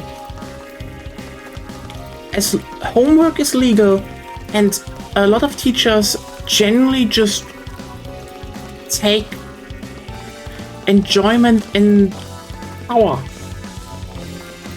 For them, forcing a lot of homework, even if they justify it with, well, yeah, it helps with learning because it reinforces the material. Again, which is bullshit. We have multiple, multiple studies that disprove that. It just gives them a boner. Let's just be clear here. They just get a fucking hard-on with the idea that the children just have to do what they say.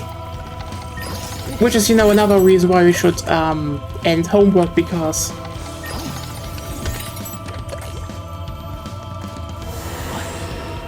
even there's a difference between, like, projects where, you know, groups of students work together over a longer time to do something together. Because those things are about, you know, fostering community and it's team building. There's a lot of stuff about it, and it's, you know, also a creative effort. Homework is just... it's just enforcing power. Like, that's what homework does. It just allows someone to say, I have power over you. Fuck you.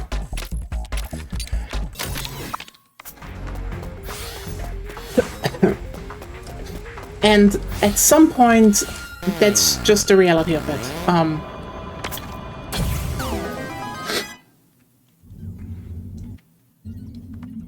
And like, yeah, I mean, also another thing why I would say this, the boarding school was really good.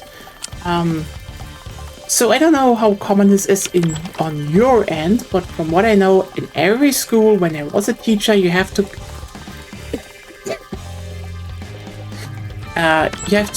address them with Mr. or Mrs., you know, and then their respective family name. It has to be always formal.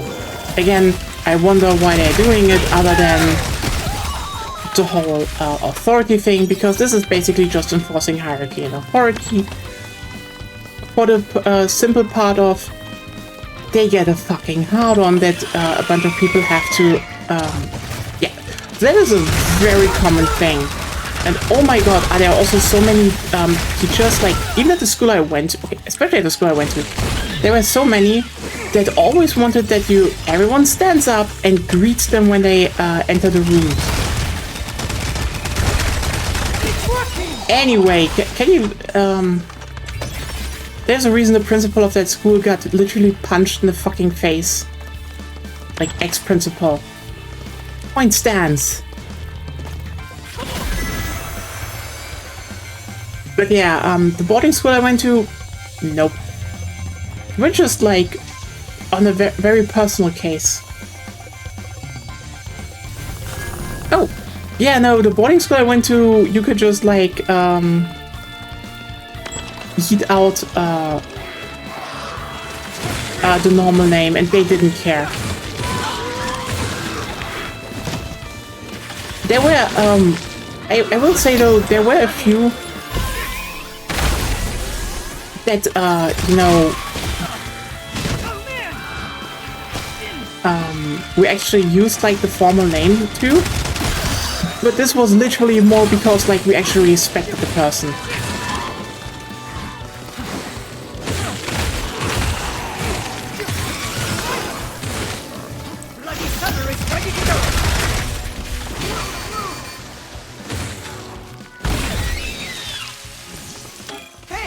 Then again, we had a very weird lineup of teachers, I would say.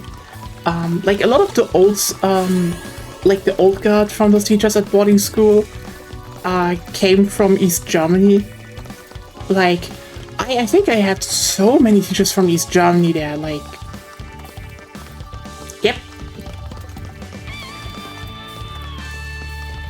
a whole lot of them. But again, they were like, again, this is not some saying, you know, oh hey, is this a normal experience? Absolutely not. Like, I think the best example I can still bring up to say how much it is not. During 9th class, we went on a class trip, and quite literally one of the first things our class teacher said to us, that she was just like, I know you want to drink alcohol. I know one or two of you can buy it. I don't care. Just don't try to hide it and overdo it. And turns out, except one person, no one really overdid it. Because, oh boy, if you trust children and, you know, don't be, oh, you need to do everything in secret and... Yeah, there's a thing where I'm like... People are very fucking... I think a lot of people still have a lot of very destructive ideas about alcohol. Because, like, you need to keep in mind, Germany is incredibly lax on alcohol laws. Like, you can just buy alcohol in, like, basically every store here. Why the fuck did they do that?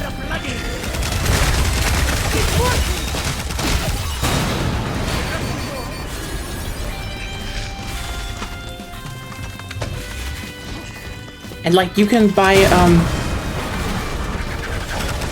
like, just so you know, the legal drinking age slash... Like, it's not legal drinking age. You can drink alcohol, like... I think... with, from, like, 12 or 14 onward. Just, like... As long as your parents are okay with it.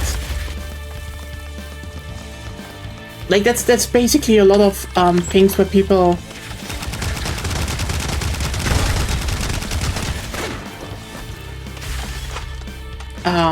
really do not understand German laws. It's like Puritan movement. It's the whole you should not have alcohol, and like, I'm sorry, you will not get alcohol out of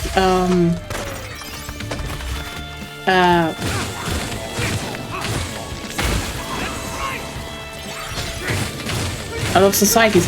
And you know what? I think one of the most important stats I will say is Germany has probably some of the laxest alcohol laws in the world. And the amount of people who drink alcohol is going back.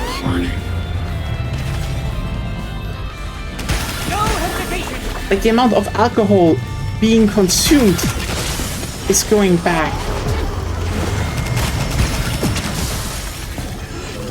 Maybe that has, alcohol consumption has to do with a lot of factors and not just,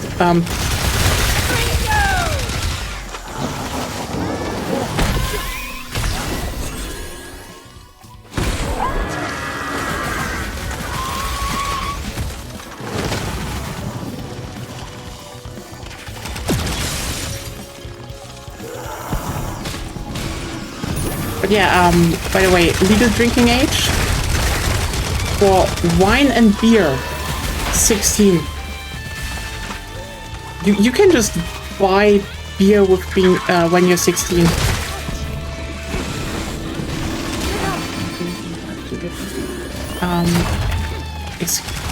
Wait a second. What? You can drink, but you can't buy. You can buy. Buying beer with beer and wine you can buy from 16 onwards. I know that because I did that. There were like it's just way too accessible and beautiful that there are much better ways to drive alcohol than I'm trying to force people to.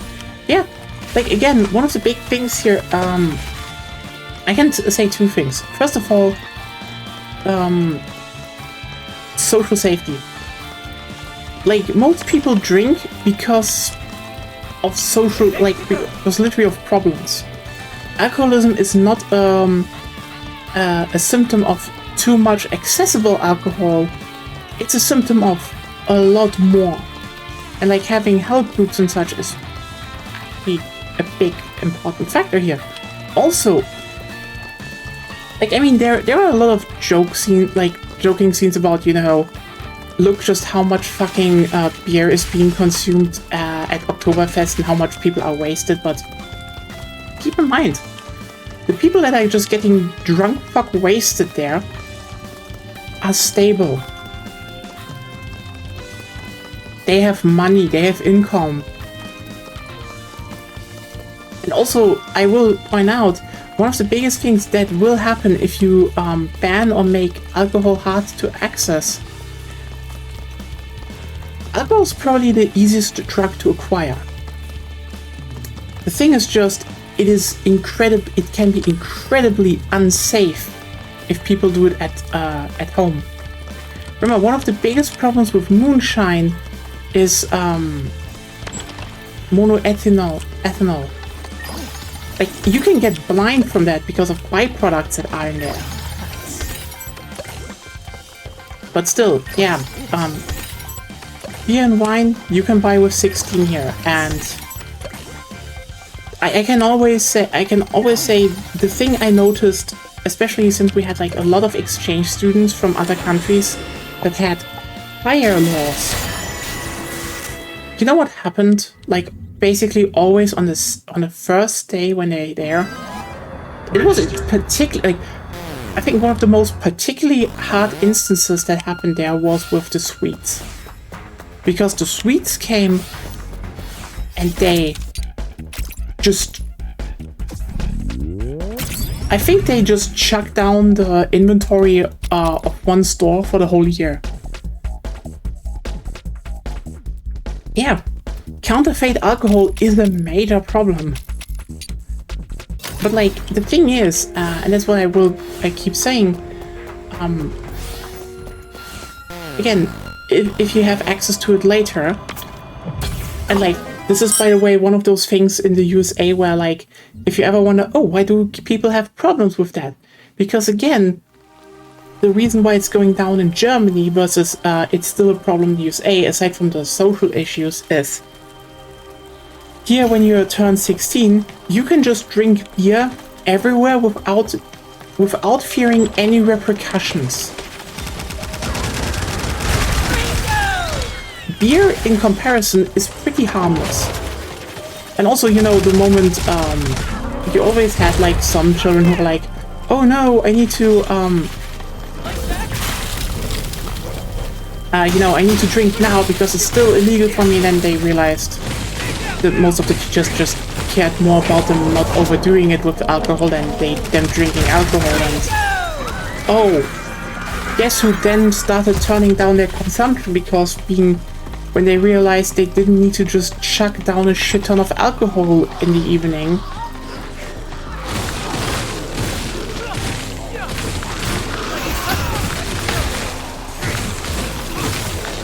And yeah,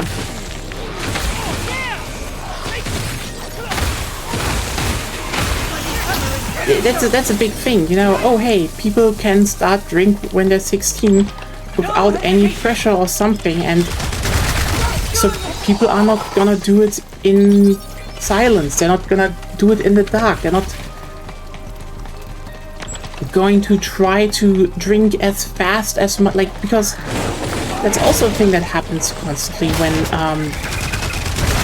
laws are extremely harsh. So it's basically people try drinking as much as possible, as fast as possible. And guess what is really harmful?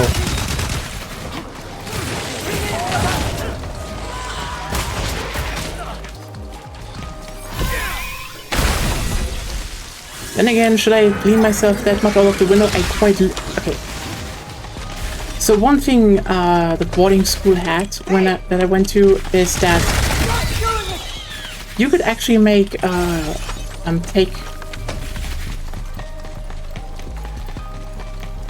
after school you could actually go and have how's it called?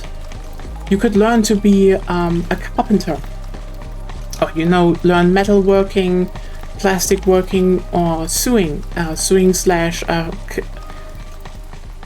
clothes designer.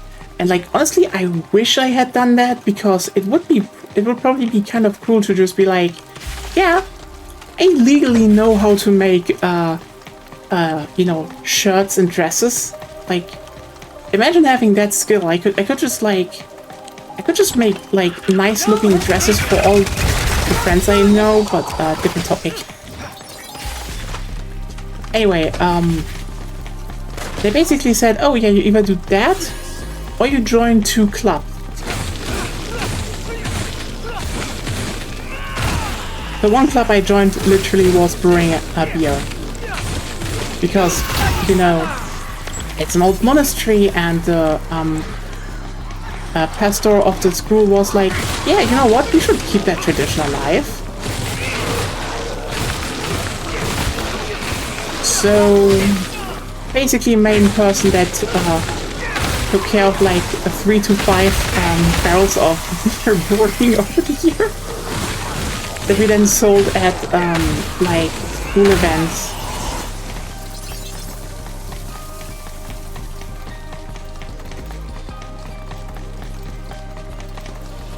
I learned the Reinheitsgebot. I didn't. No, I even did that before the whole craft beer wave or so hit. Hell, I once made a beer that was so good, it was literally sold out in less than 10 minutes. Like, it started, some people bought it and they were like, oh yeah, I tried it. Then people were like, holy shit, this batch is so good. And then it was sold out.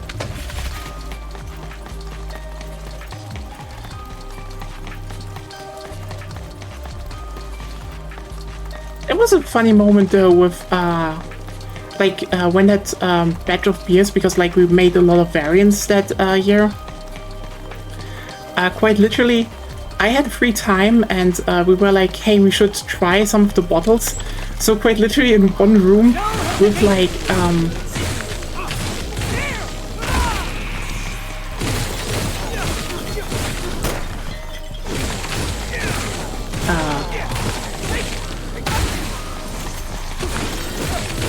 like the pastor, the school principal, and me, we were just sitting there and being like, okay, let's open that, because like we basically made beer types from like across the country. Like some made a so we made Weizen. We made. I mainly cared about the pills of that year. One made a Kölsch. I will not explain Kölsch because I do not know if anyone gets offended by that or not. And like, if you're like, oh, do people from Cologne care so much about that? Yeah, but also like, if I say Kölsch is good, if I don't say Kölsch is good, people from Cologne get pissed. But if I don't say Kölsch is piss water, everyone else gets. Anyway, they also did that. Yeah, we tried that, and I know we opened the pills bottle and we were already like, oh wow, shit, this is good.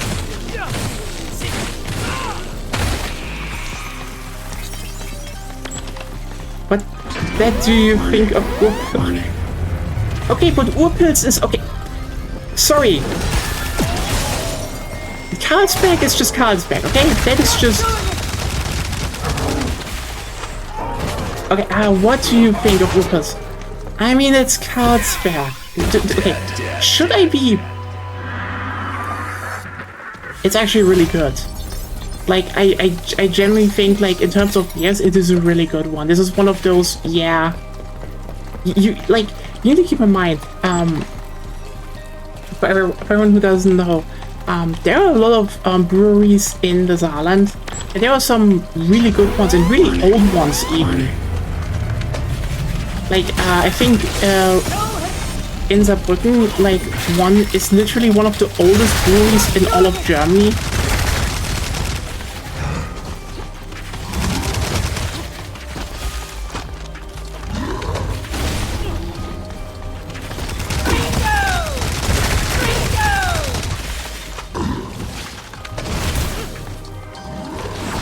But like, there is a reason how that everyone in the Saarland just says, yeah, Bruch is really good. Like, I will not disagree with that, but it's also just like, there's a reason Carlsberg became just like the beer of Saarland.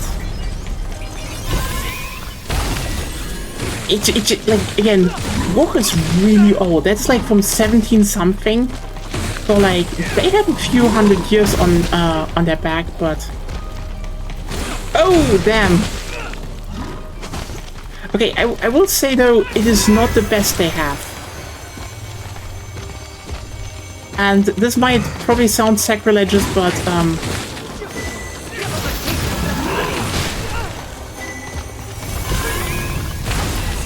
like main beer of Carlsberg is solid. Like I generally would say very solid beer. However, Gründel's Fresh, their alcohol-free version with some apple juice in it.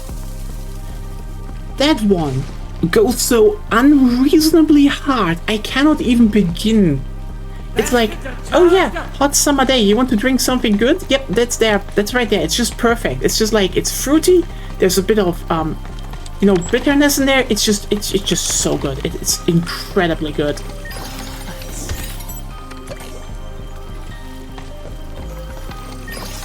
And again, you don't even need to get drunk, it's just good.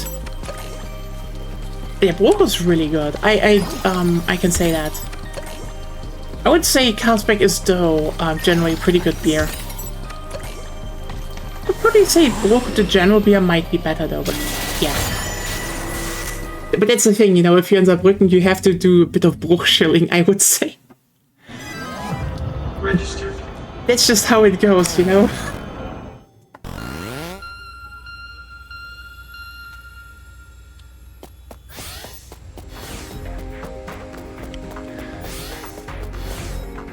Schwenker to Saar and 6-pack of Gründels and his peak living.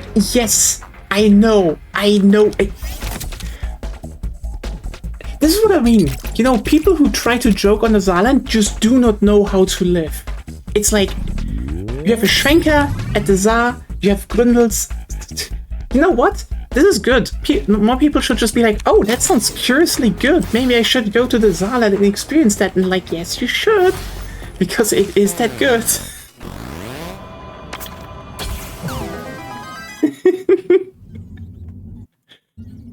I mean, probably no one really understands that this is like very regional culture being experienced right here.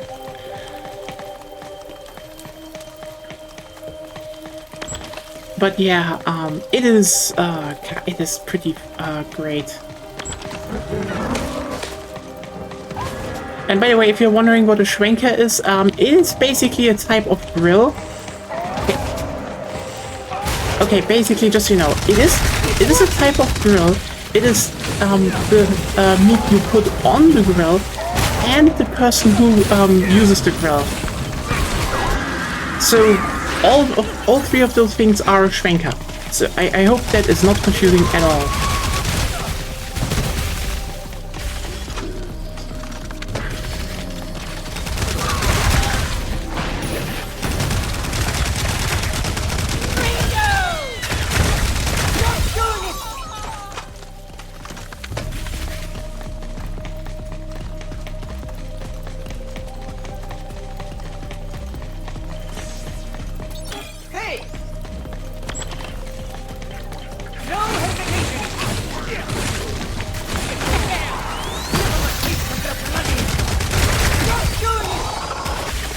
Der Schwenker schwenkt die Schwenker auf den Schwenker. That's the first thing the locals taught me. As they should. Keep your wits about you.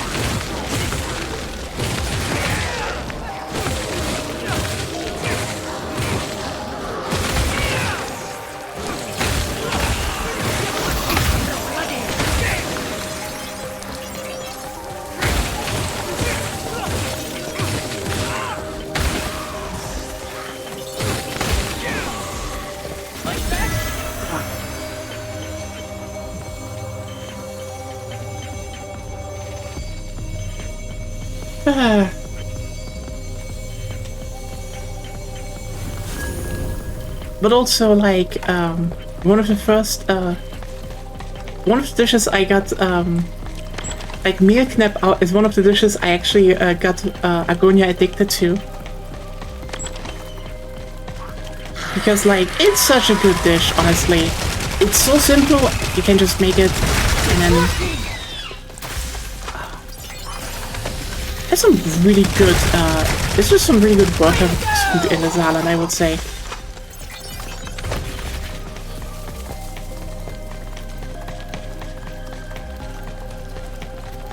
Oh yeah.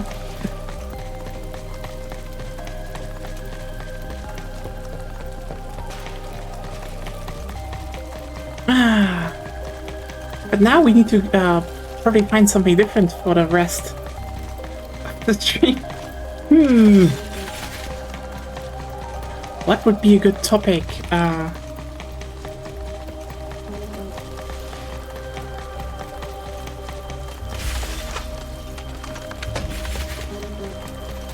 Here come the rotters! Good.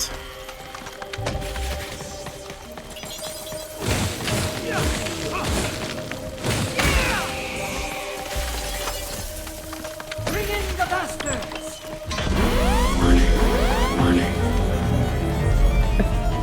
Don't worry, have a good time.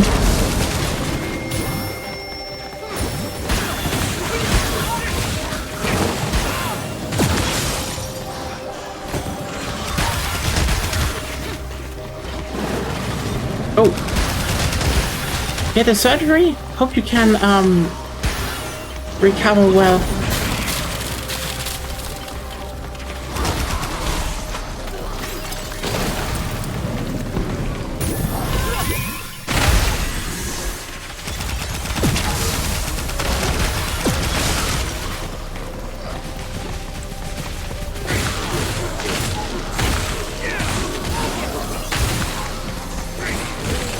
I also hope it heals well. Summer is ready to go!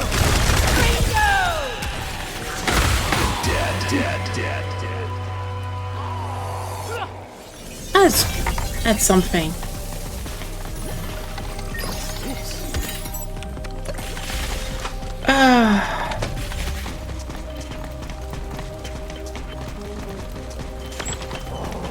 But yeah, wishing you the best, that it heals well without problems.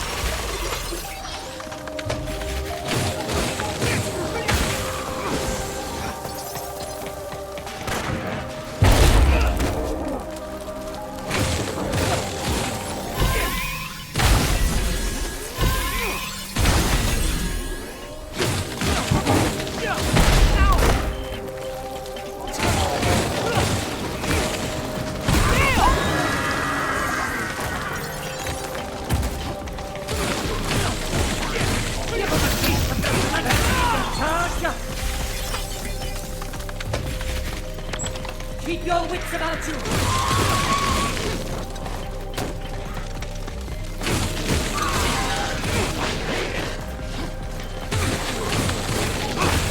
You bloody summer! Thanks. I just need to get someone in front of the gun and the sword, and hopefully we can attack the boss soon. Keep your wits about you!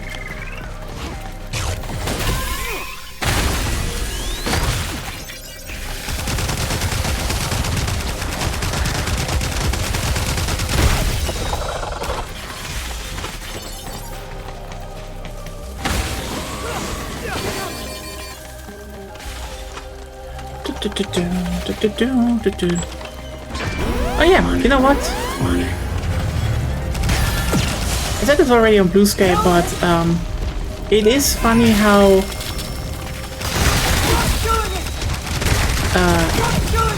Capcom has basically always remade like Resident Evil Revelations 2 since Revelations 2 came out. And I feel like I really need to stream that game at some point to make the point, I'd say. Because probably a lot of people only know the new games and not the older ones. And especially not the side games.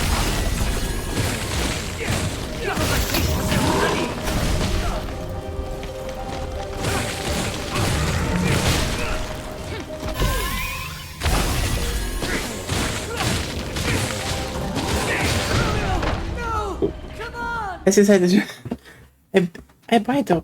I mean, it is relatively cheap, I would say, but first of all, the big problem is it's a co-op game.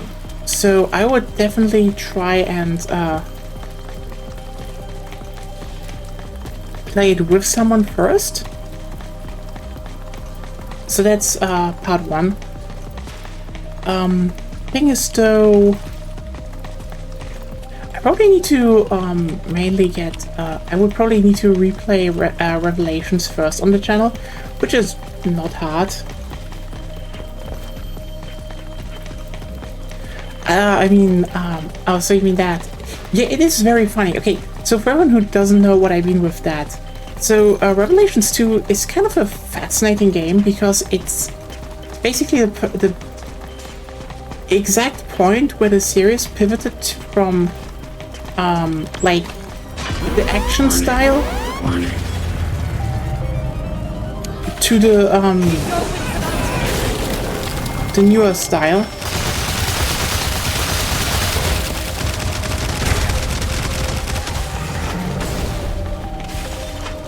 Because basically Resident Evil 6 was like a whole lot of action, and I don't even know where to begin. Oh yeah,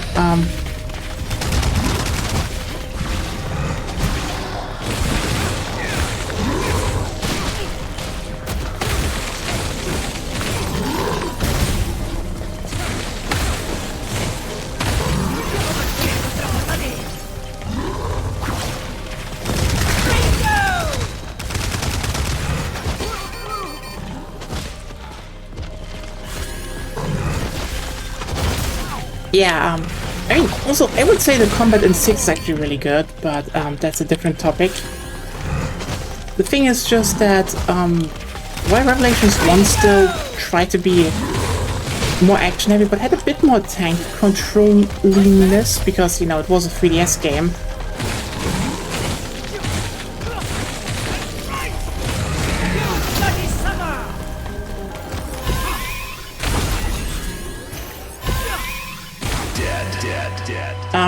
Revelations 2 kind of did a lot of interesting things, because first of all, it basically was like, okay, we're making everything a bit more slower and more deliberate.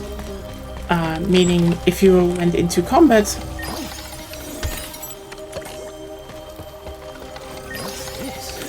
nice. I hope you enjoy that. But yeah.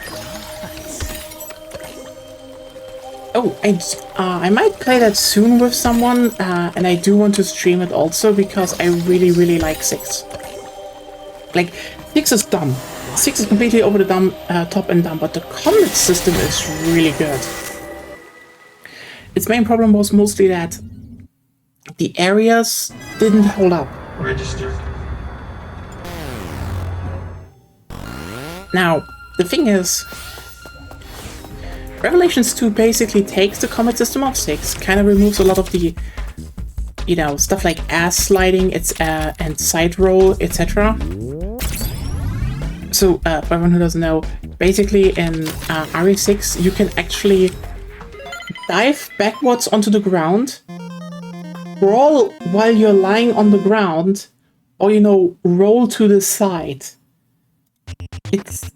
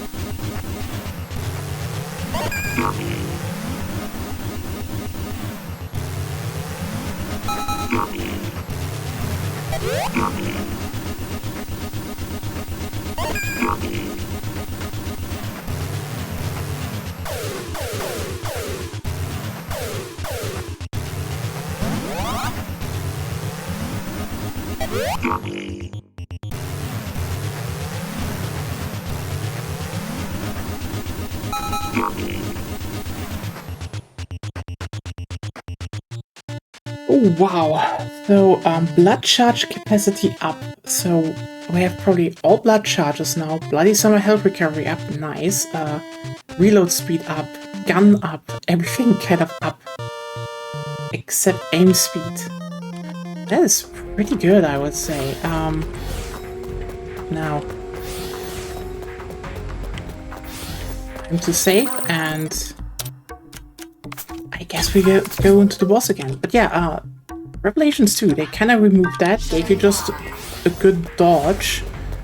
Basically, we're like, okay, everything you shoot is now more deliberate. You can't easily shoot from the hip while walking.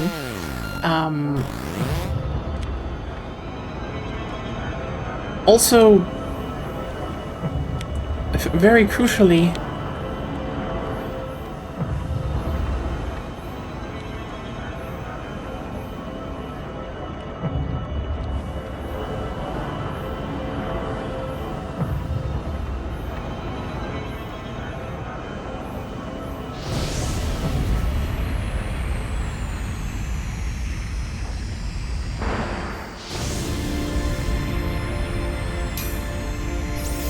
also, reloads are much longer, so, you know, you need to know when you reload. Also, you know, enemies corner you hard. And what basically happened is that they kind of made a really good game out of that, but it is also kind of the basis for everything going forward. So, for example, if you look at Resident Evil 4 Remake, the comment is just like quite literally, hey, we take everything from Revelations 2 and just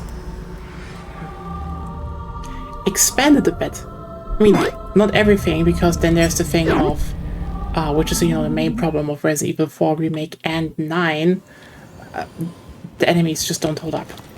Like, quite literally. Enemies, if you have a pretty responsive combat system, you need to have enemies that corner you. And they don't do that in...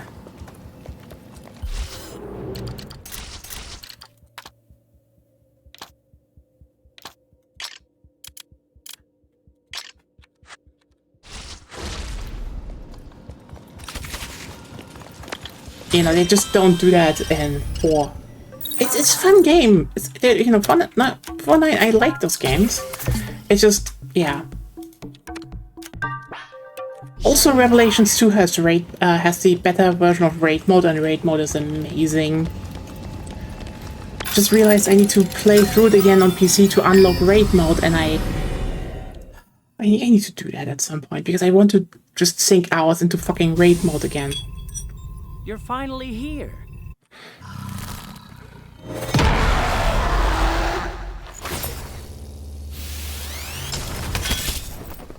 Come on!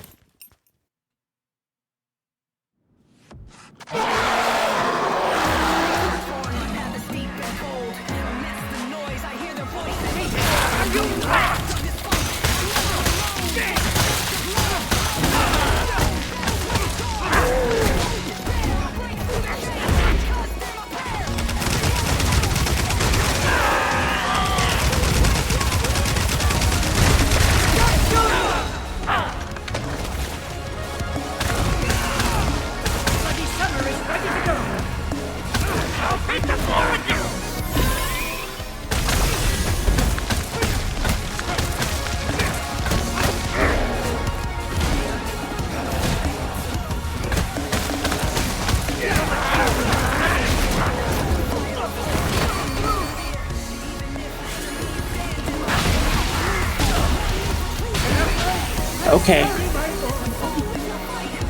Some games make me want to find complete safe files for that. I do get you. It's just...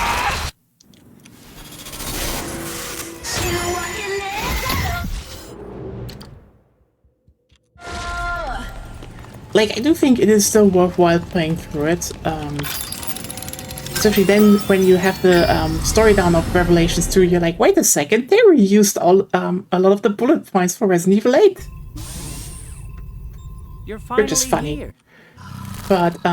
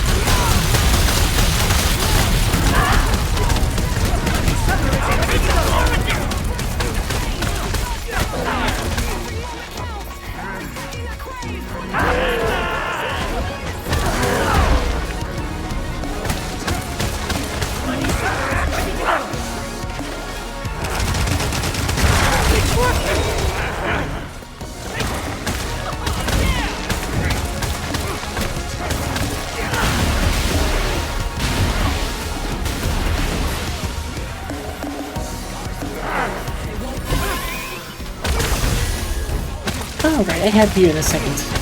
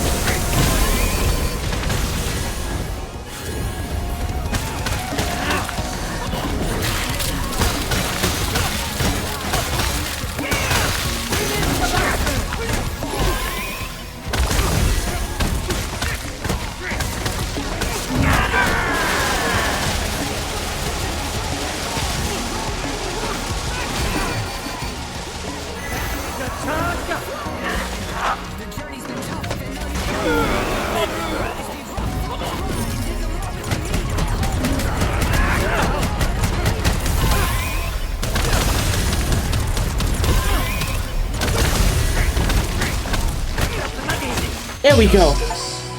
That was a good fight. Okay, you need help? So, I basically need to just hold this and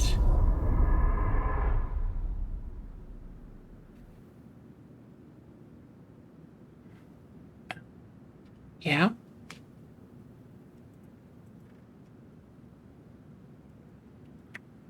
Oop, oop, oop, oop.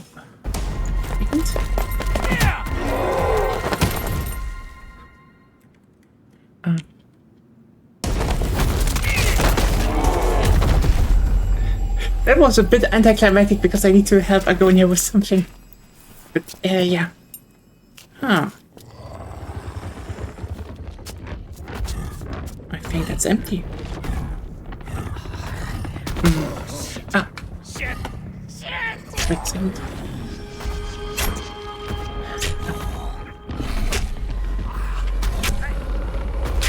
Hey, what are you doing?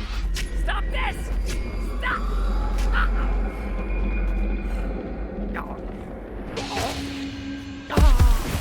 I can see it. I can see it.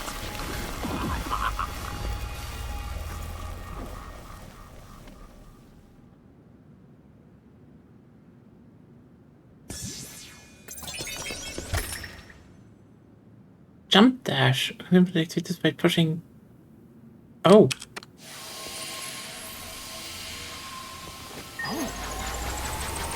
Okay.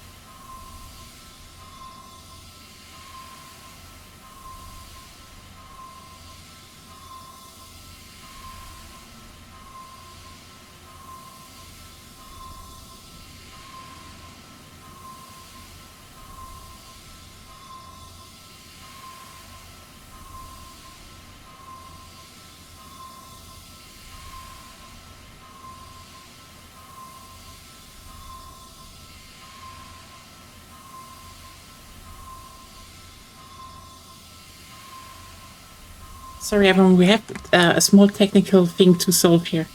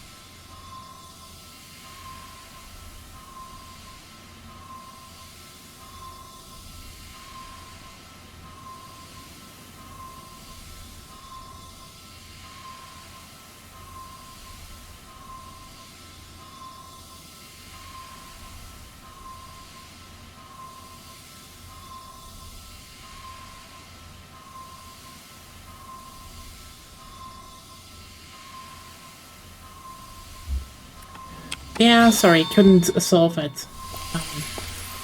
Looks like it's done. Yeah.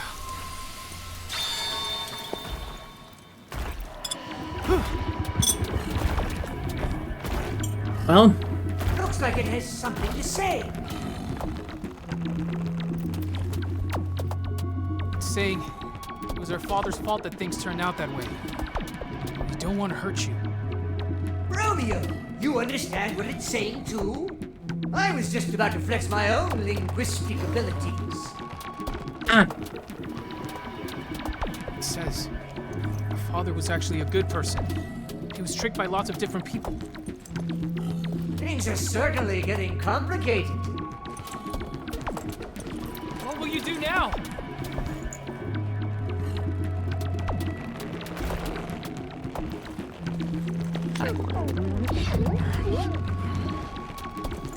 I see. So you two are gonna live somewhere quiet and peaceful. That's probably best.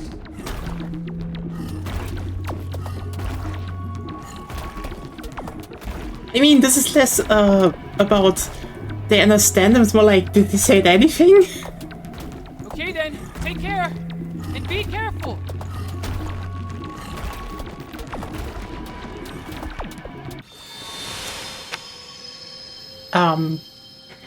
Okay, so that happened. I cannot really say anything else other than, okay, that happened. Grumble, grumble. Oh no, we're not at the first Legend of Zelda again.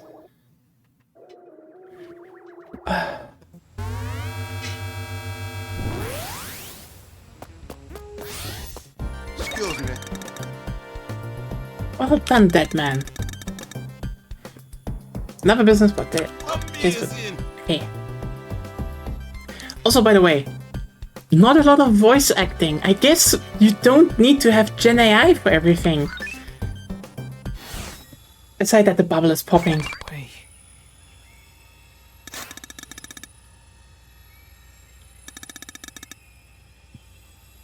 Haha.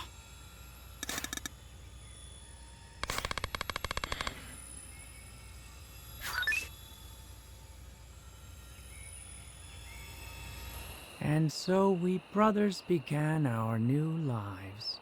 We're going to end our journey and live in peace and quiet. We'll listen to the birds sing, smell the flowers, and gaze up at the sky. It's okay. Everything will work out just fine.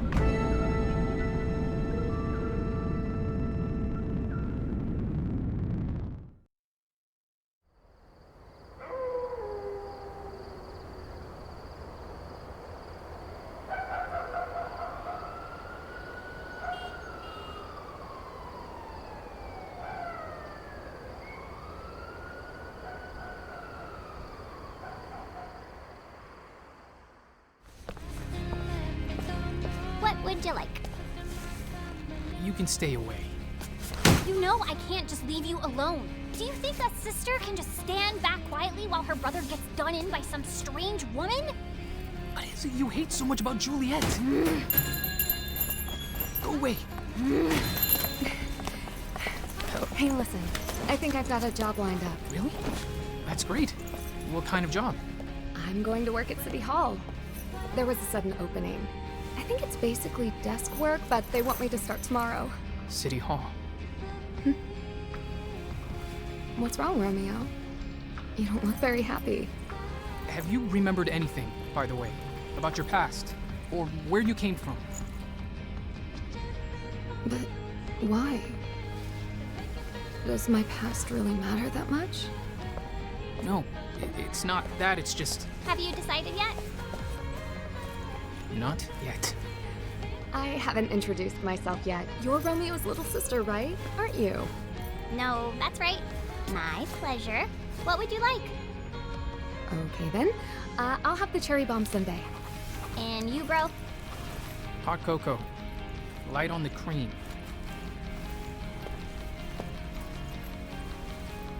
One moment.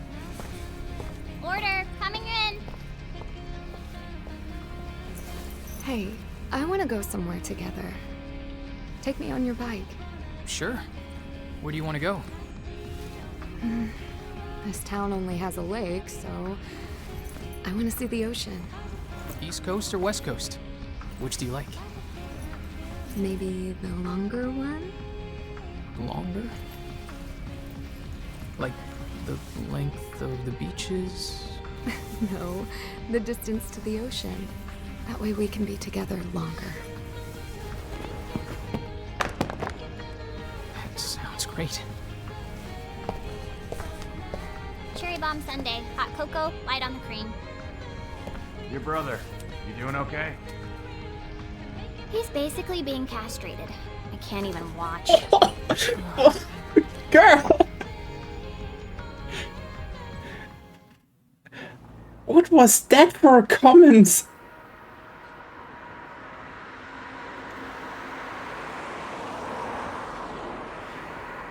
Is your brother doing okay? Well, he's basically being castrated. What the fuck is that for an assessment?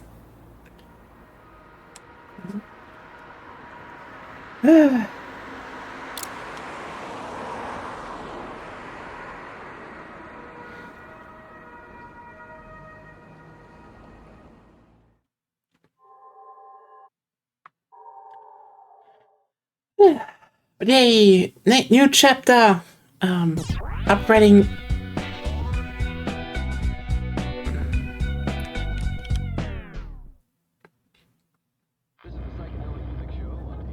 So, Collins took that photo of the back of the moon, right?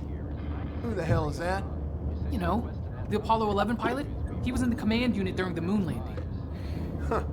I thought you occult types didn't believe in the moon landing. That's a lie to cover up the structure behind the moon.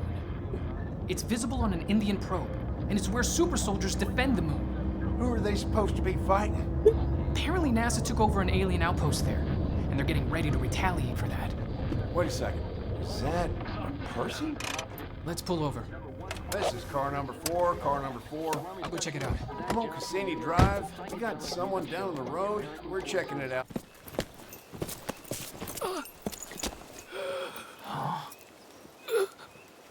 What? Are you okay?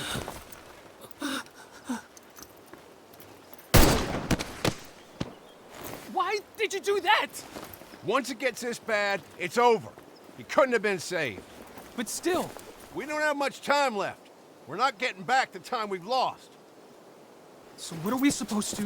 What? You want us to go back in time? That's just more horse shit. You're just dreaming. No. I've actually... What? You've gone back in time? And then what happened? Did you get your happy ending? I mean, that's... Not yet, but... Face reality, Romeo.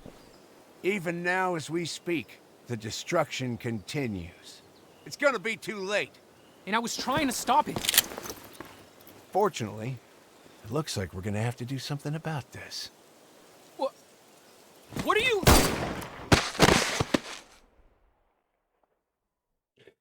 I love how this game is bullshit all the time. Hear me? What? Are you okay?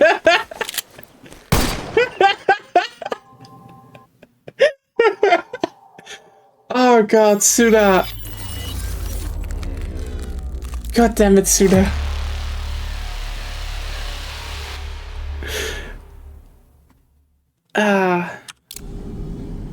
There are only two tragedies in life.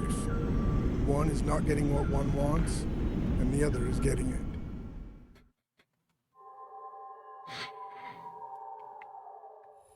God damn it. There's a reason I keep playing this game.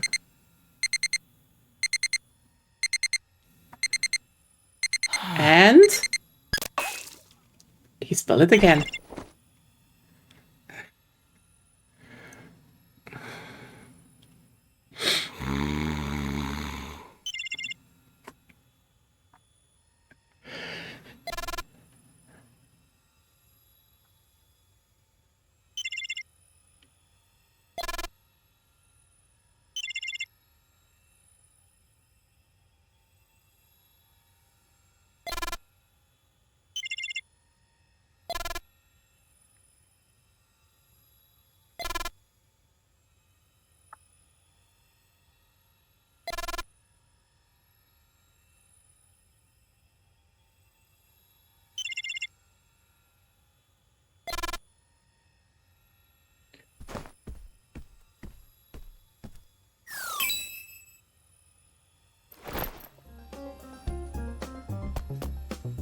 Welcome.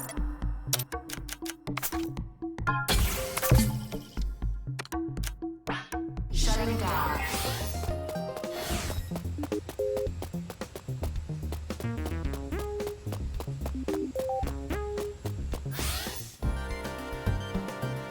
Well, let's see what we have to do this time.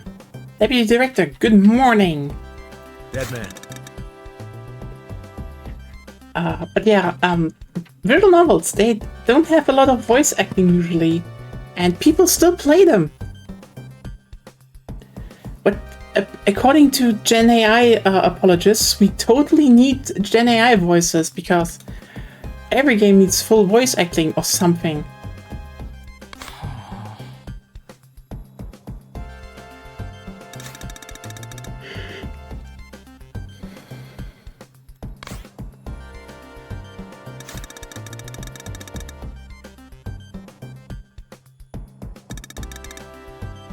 Okay.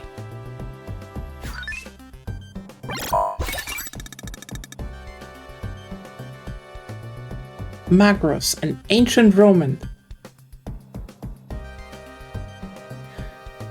This would be so much better with grating, tonally inconsistent voiceover. Absolutely. Headed to ancient Rome. No, Magros, the somewhere ended up in Deadport back in 1978. Oh, we went to, yeah, the 70s. We were in the 60s, we were in the 90s, we were in the 80s. Roaring 70s?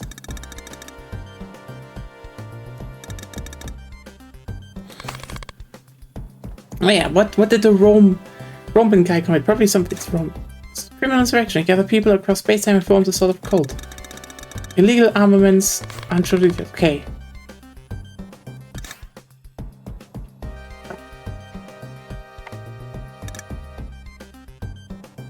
Wilco.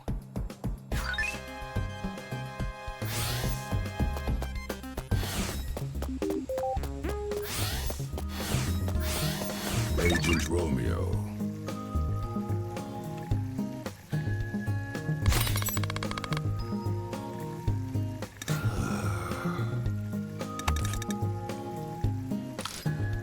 Sure, go along. In age, okay. Just a small group. It wasn't really anything that could be called a religion, just a very small gathering. Like an oath between gladiators. We were slaves, scorned, shunned. It was something we needed. Something to connect us to our peers to see far away. Our unity was strong. We fought well and we longed to go far away. There were those who lost their lives along the way. They had branded their very determination onto their own bodies. Gradually our numbers grew. Swallowing the hatred and resentment of the slaves. One day a man they called the Child of God was born. I don't know if he truly had the power of a Child of God. With his articulate speeches and charisma he quickly became our leader. He took our oath to the next level, creating his own doctrine and bringing forth a literal religion. He was strict and punishment was inflicted upon those who violated his rules, but his believers continued to follow him passionately. So passionately that they were willing to give their own lives in following him. One day he planned an uprising, in order to shed his status as a slave and create a new country, a world of God. The plan proceeded in complete secrecy. His followers did well. They proceeded with their plan without anyone's knowledge. 1 second.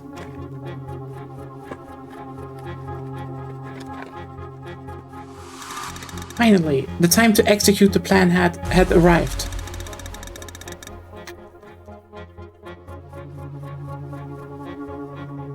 It was in the middle of a moonless night. Without a sound, they rose up and hurried to the gates. However, their dreams were crushed.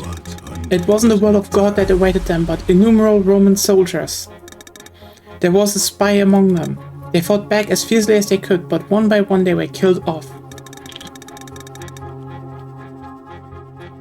Magnus, the child of God, was overcome with rage, but there was nothing he could do. As a failed uprising, Magnus disappeared. Some said he was killed by Roman soldiers, others said that he'd survived and escaped. Sometime later his existence was confirmed across all timelines. Now we have no idea what he wants, nor what he's attempting to do. But as the space-time police, we cannot let Magnus go free. Agent Romeo, please take the appropriate measures in eliminating Magnus. We're counting on you.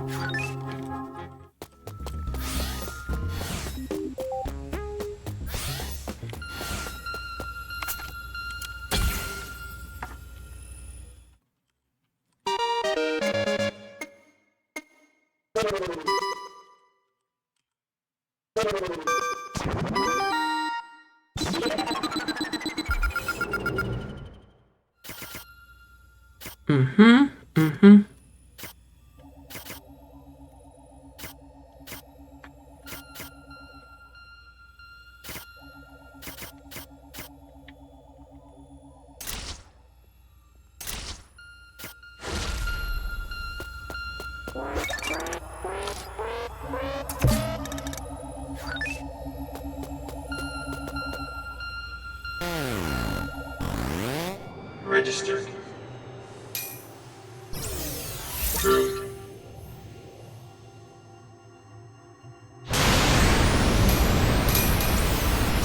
Register. True. Register. True.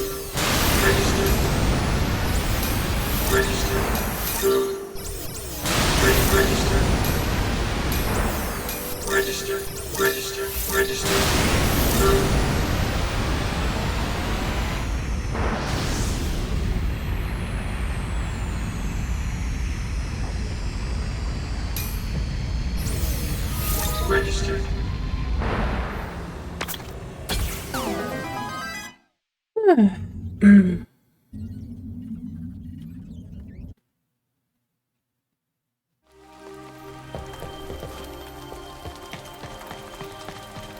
Well then,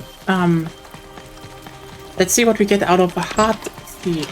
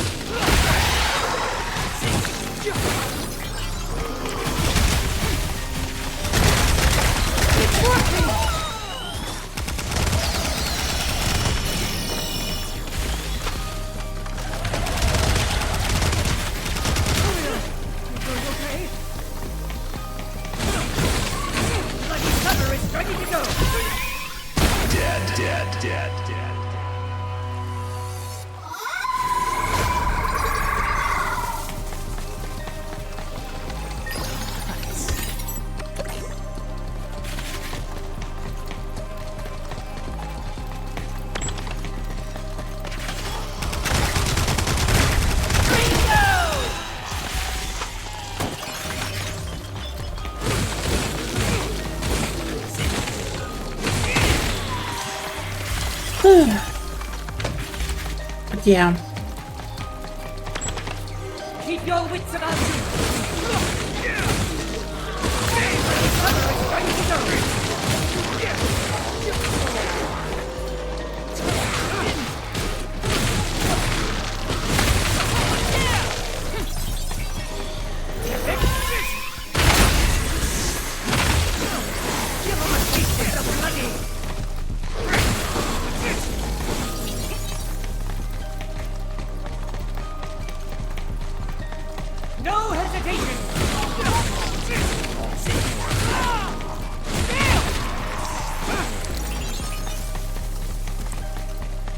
You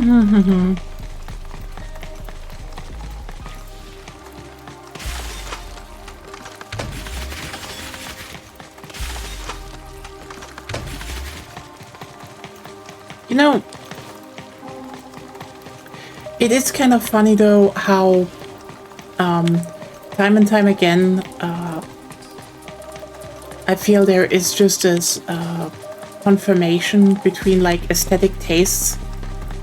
This aesthetic taste difference between lesbians and just normal people, because like a lot of times people are like, oh, this outfit is the outfit on girl is like, yeah, just to apply to guys, and like then like there are so many female characters where I know mostly lesbians are standing behind them. Like it just got reminded recently because I thought again about, you know, Resident Evil Revelations, because they have some absolutely dumb wetsuit designs on some of the girls. Like, truly dumb.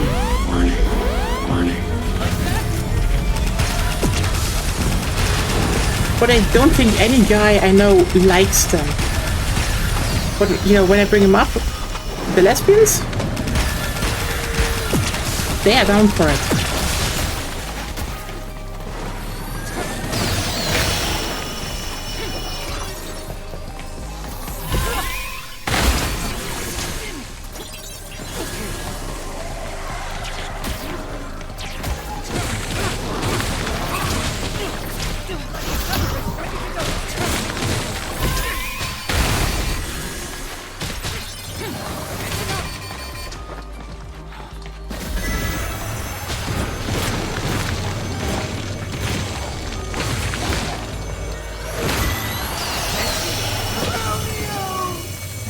Women's suits, I always say that, yeah.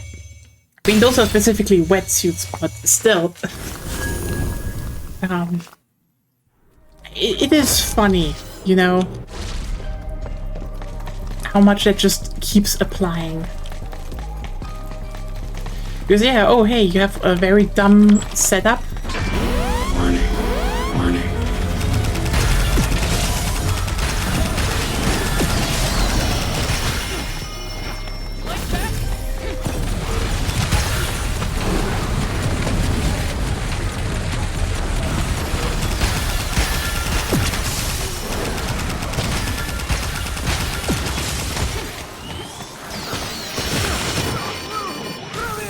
Okay, fuck. The hard ones are getting hard.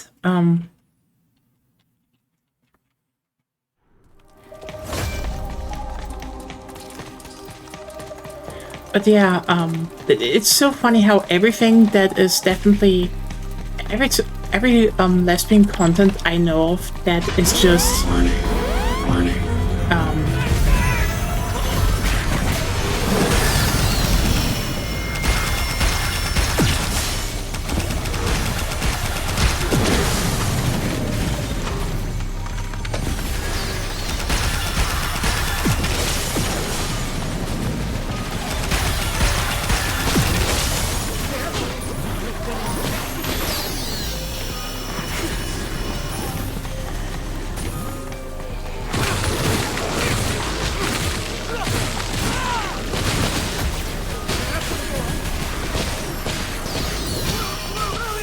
okay, what?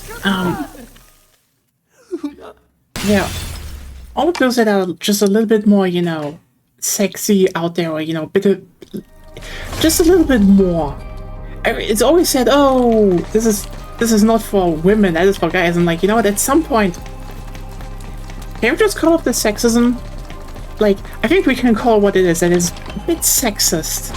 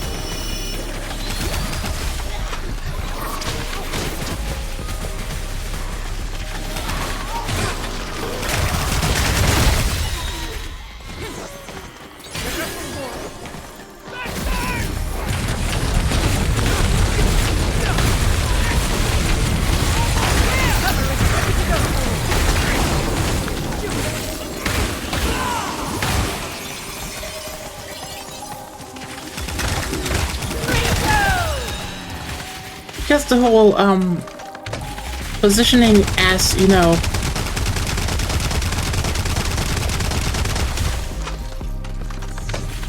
oh, this is for guys, implies that, you know, women are not into sexy depictions of women, you know, ignores completely that lesbians exist, but also, it just reinforces Puritan ideas, like, period.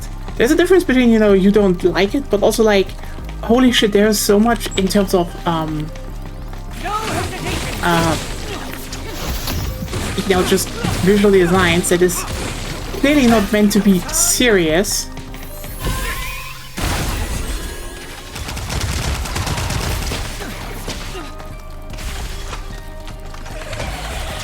Bring in the back careful. You've been infected.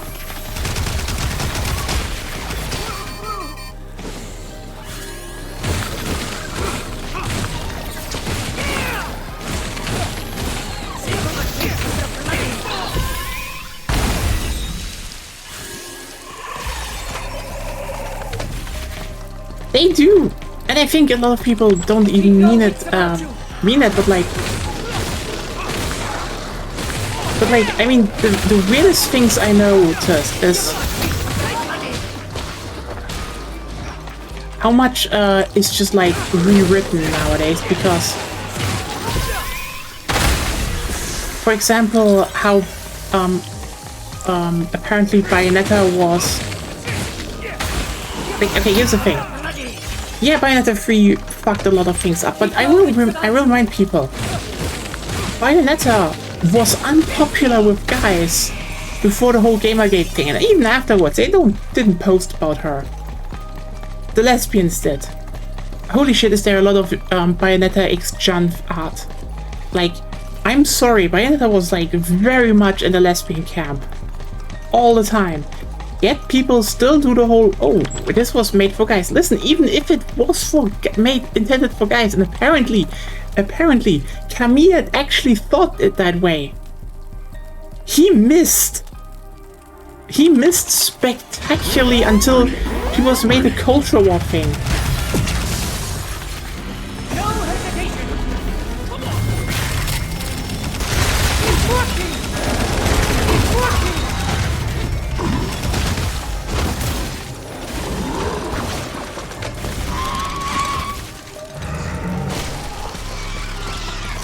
Yeah, again, I do not know what happened with Bayonetta 3, but like, considering that he literally left after that was finished, it wouldn't surprise me if there were like major creative differences that were forced onto him.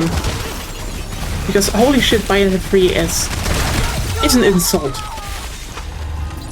I think no one ever pissed off their whole fan base as fast and as completely as Bayonetta.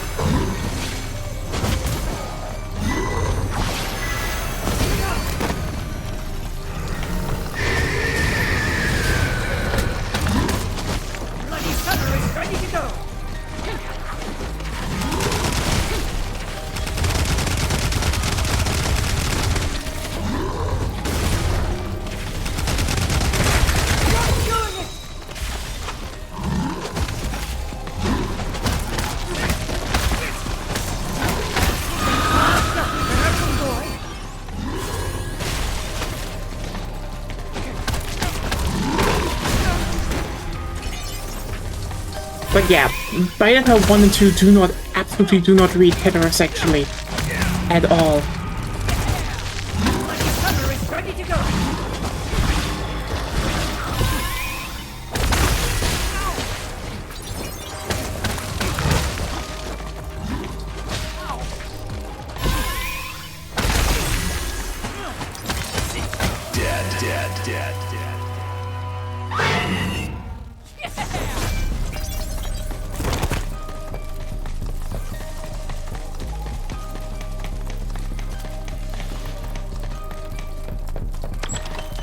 But yeah.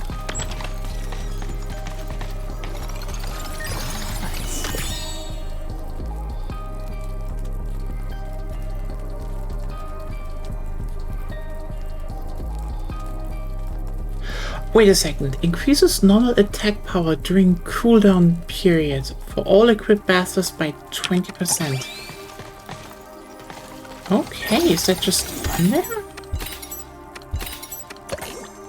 Nice. Finally red sanitary.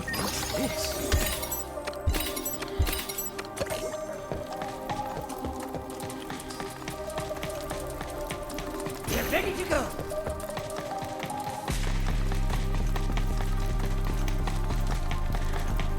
But yeah, it is funny how that keeps happening, but I mean, big difference is always, and I think this is also why Bayonetta was just something like I think I know why Bayonetta was accidentally lesbian to okay. If we can say this was an accident, because like again I do think to a degree Bayonetta was very much intended to be a lesbian from the beginning, and again until Gamergate this guy had no interest in her. The whole claim that people still kept throwing around that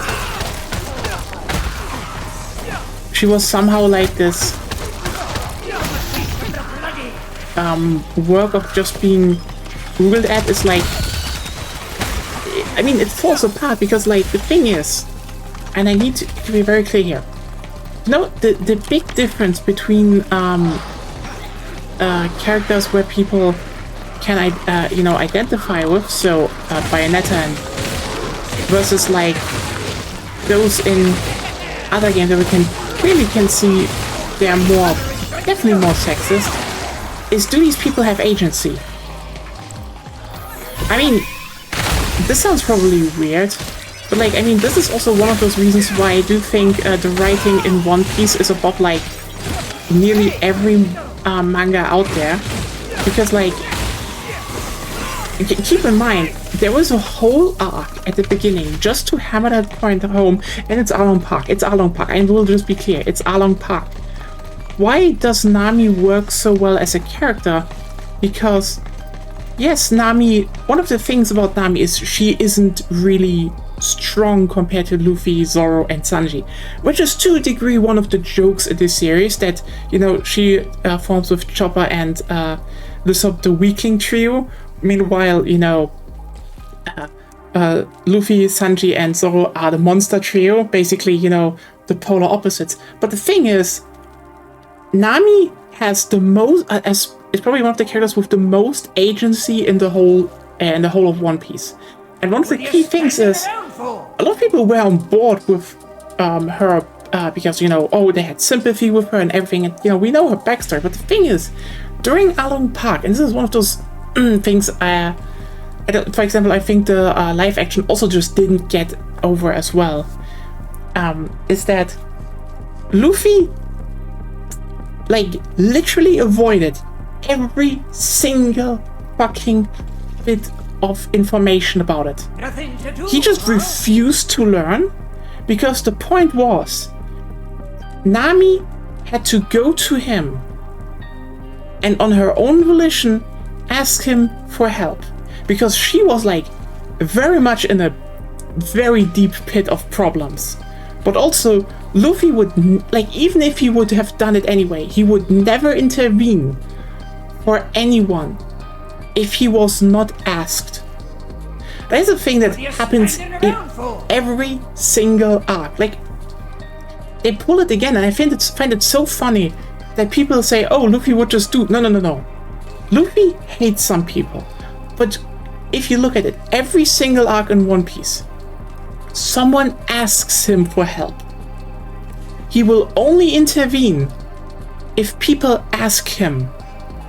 Or, you know, he gets dragged into something, see drum. But even then, Ooh, Mom's curry would sure hit the spot. you know, who does he leave the fight open for? Yeah, Chopper. And, like, that's the thing. There's such a big thing on agency. This is why her character works, because, like, would Nami be a damsel in distress in basically every other series? Probably.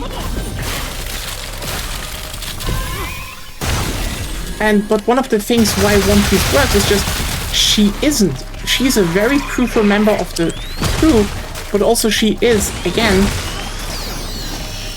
someone that is being respected. That isn't just, you know, there to farm, you know, sympathy or, you know, be bossed around. She's like, I mean, honestly, the person that has the most influence in what the Straw Hats do, besides the person deciding the next adventure because they think it is very funny when the needle on the lock port is a bit weird. It's Nami! Oh, fuck off! And yeah, in the same vein, Bayonetta was very much a character. She did things. She acted on her own. And this is precisely why she was not popular. Like, that is a big, big reason that people always keep, you know, really memory how Bayonetta was not popular. People, like, Chuds only started pretending to like Bayonetta, and again, I will keep saying, have you ever seen a lot of Bayonetta fan art out of the right-wing sphere? No, of course not, because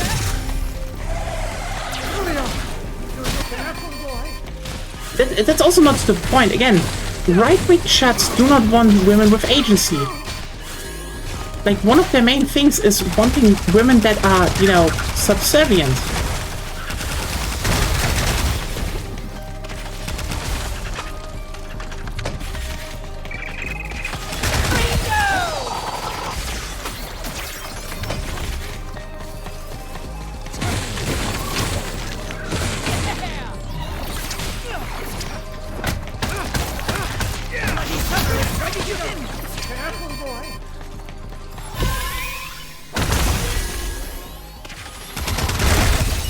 Also, yeah,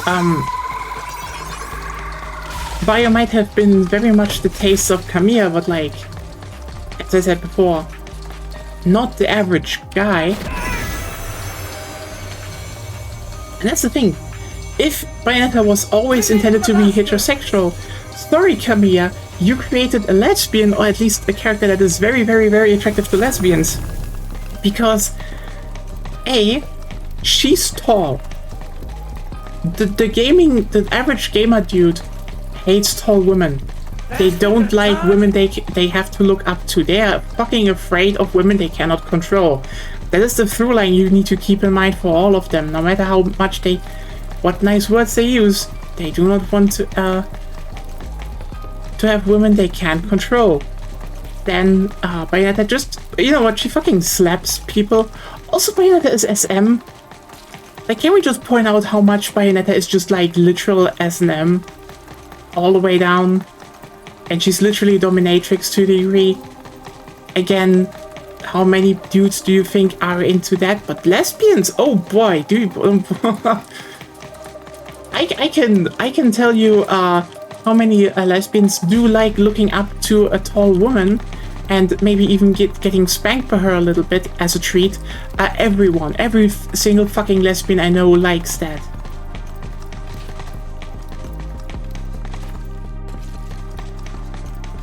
So yeah, until, you know, basically Gamergate required to be a fake fan of Bayonetta,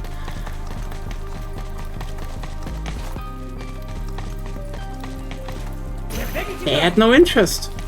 And also like, just pointing this one out again, just for sake of it. It didn't really help going for that route, did it? Platinum Games. Like, even if they really thought they could go for the whole Bayonetta as heterosexual approach, since they thought, oh, the guys must like her, what happened? The few guys that were actually playing Bayonetta hated 3. Like, I've seen reviews from just completely average guys, and they all been like, why? They all been like, the obvious love interest was Jan. What is wrong here? Like, yeah, obviously it was Jan. It was always Jan.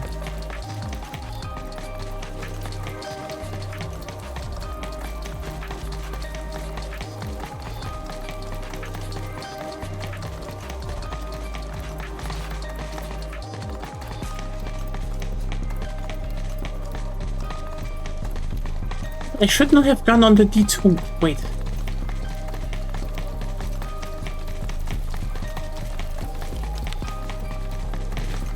There we go.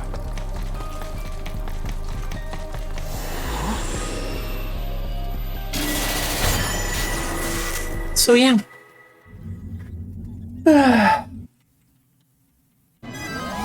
Register.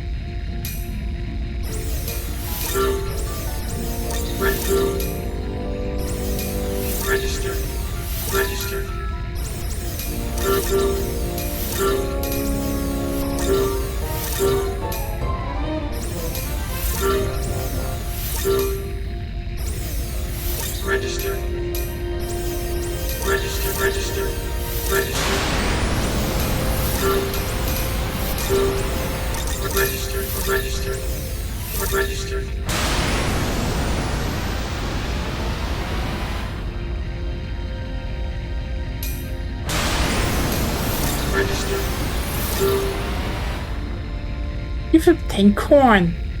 Yay.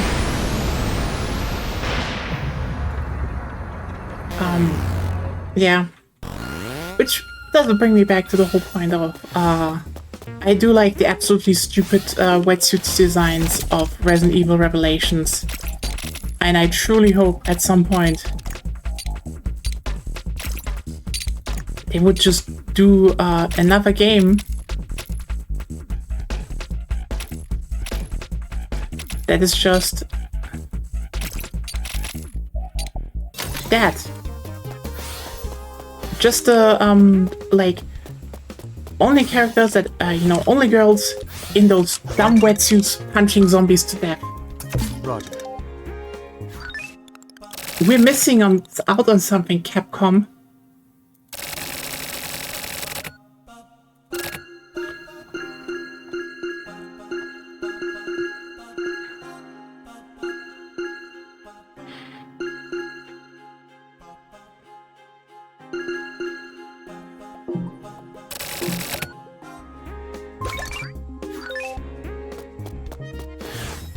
Also, just pointing this one out, there should be a new game with Sheva coming, and also let Sheva kiss a girl. Underused character. Again, I only think the only people that really want her to come back is, again, the lesbians, but also, like, I'm sorry, we just have an eye for, like, good character designs, and Sheva is a good girl. Very good girl. Best girl, probably. I know people are like, oh, but Jill, oh, look at me. I'm a white guy that likes white plain toast. Ooh. So many.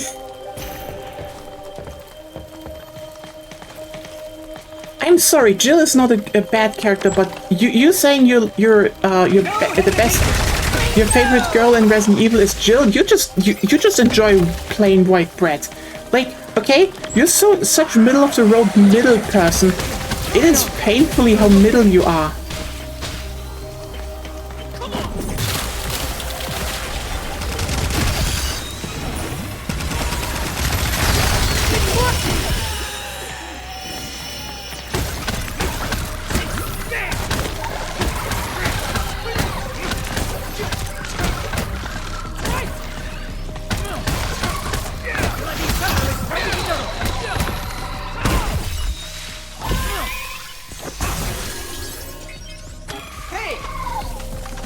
I mean, am I wrong?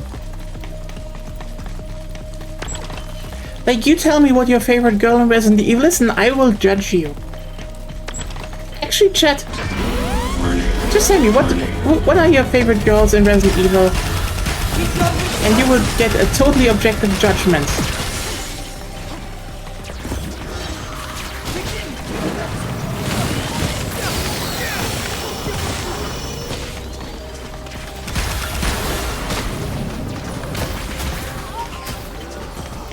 At least go for Ada like everyone. You know what? I get Ada. Actually, I have no idea. Okay, honestly, Ada is almost.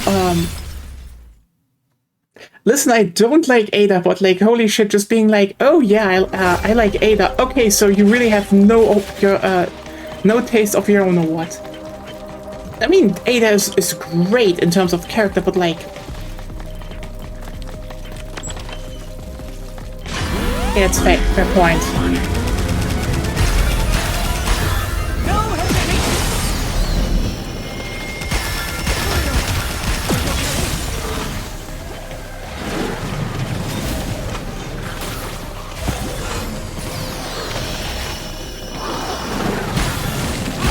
No, it's fair. Like, I mean, the thing about Ada is more like, if you can't, like, point out...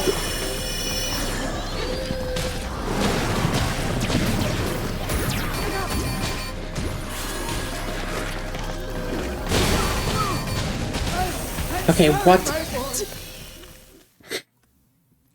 I'd say the thing about people, like, there are two people picking Ada, you know? The majority who are just saying, oh, Ada Wong, because, you know, she's so prominently in marketing material, and it's usually the one other character they know besides Jill. And, you know, the actual Ada Wong fans. And they're also like, you know, the minority in that regard.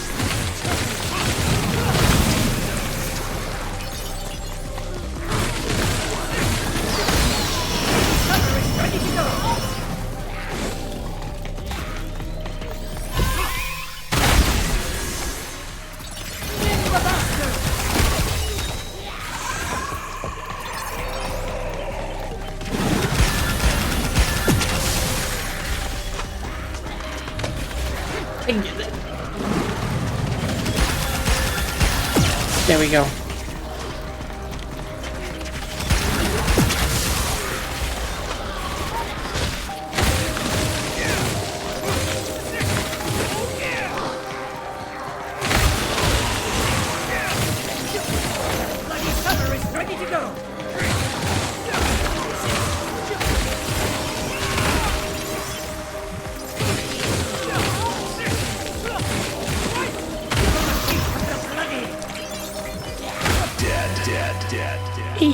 Yeah, no problem.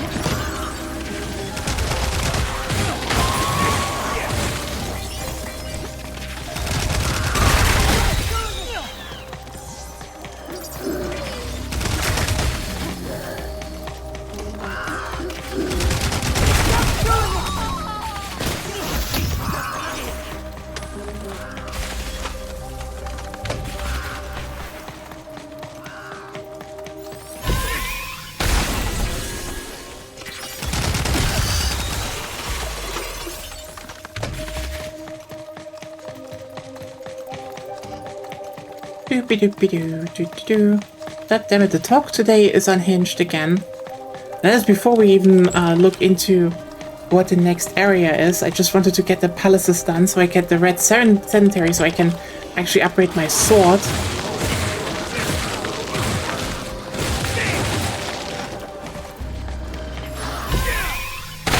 But I feel like I definitely need to start grinding a little bit off screen. So I can upgrade all my weapons and then have an easier time in there.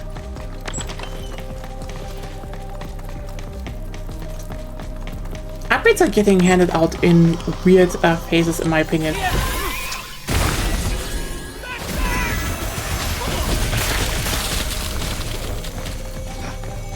Oh, come on!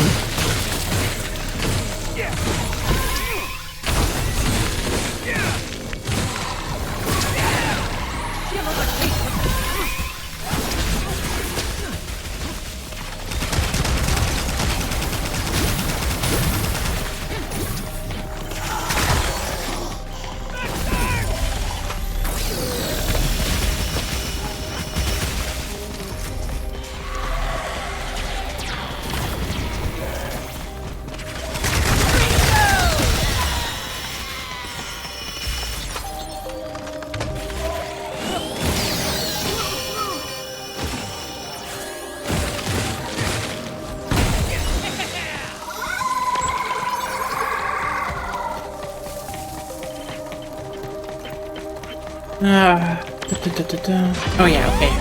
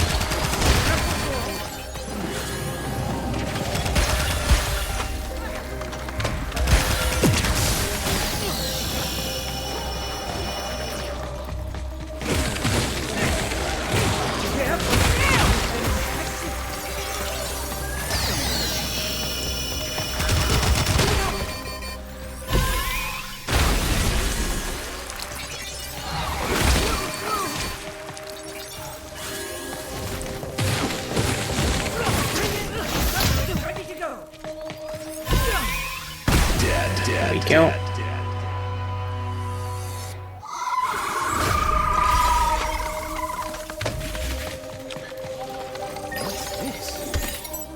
Slowly but surely. I guess then I can slowly also upgrade the other weapons, even though I wonder if there is a way to... Oh boy.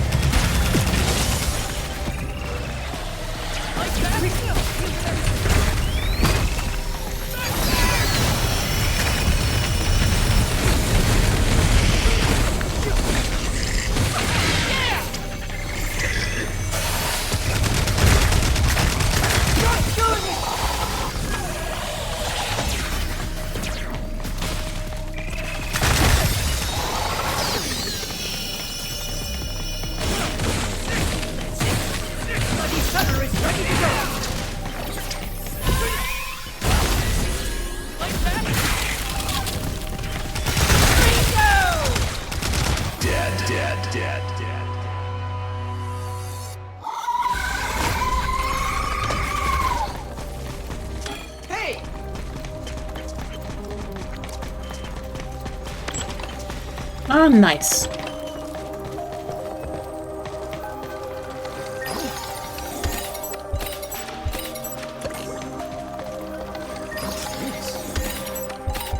Okay, twice red center and...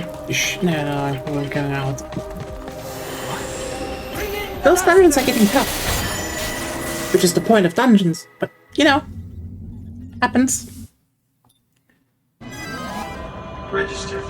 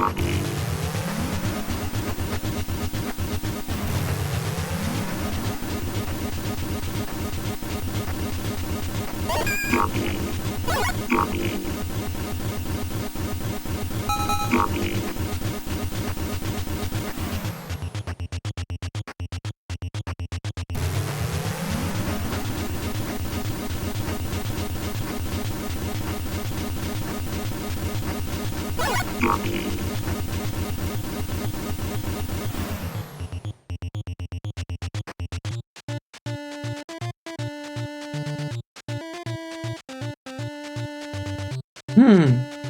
25,000. I wonder what the minimum amount is to get everything, because then I can just like restart and just grab it all.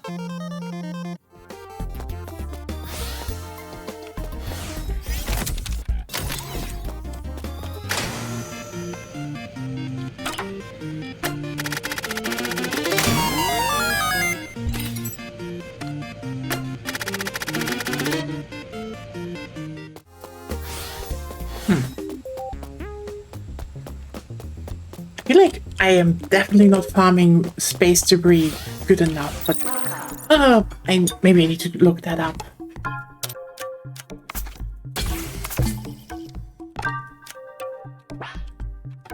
Let's go into the space rift though.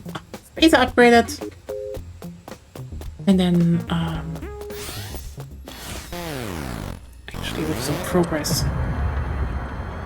But you know, I will mostly just save. I just want to see what we are going up next.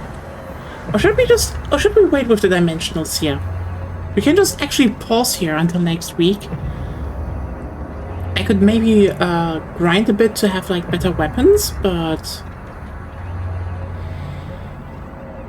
actually why not? I think this might just be a better place.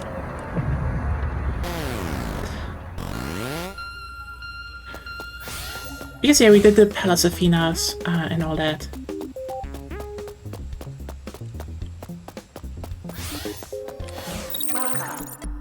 Oh wait, I remember I should probably go to the garden a bit.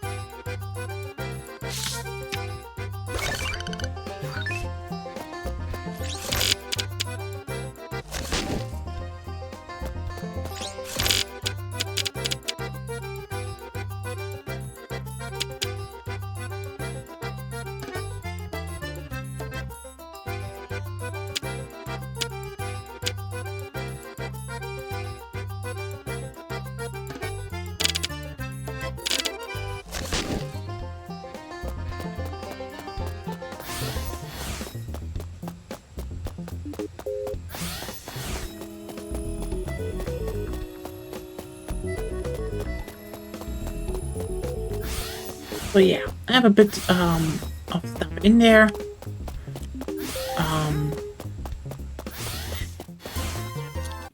You know what? Let's actually look up Romeo.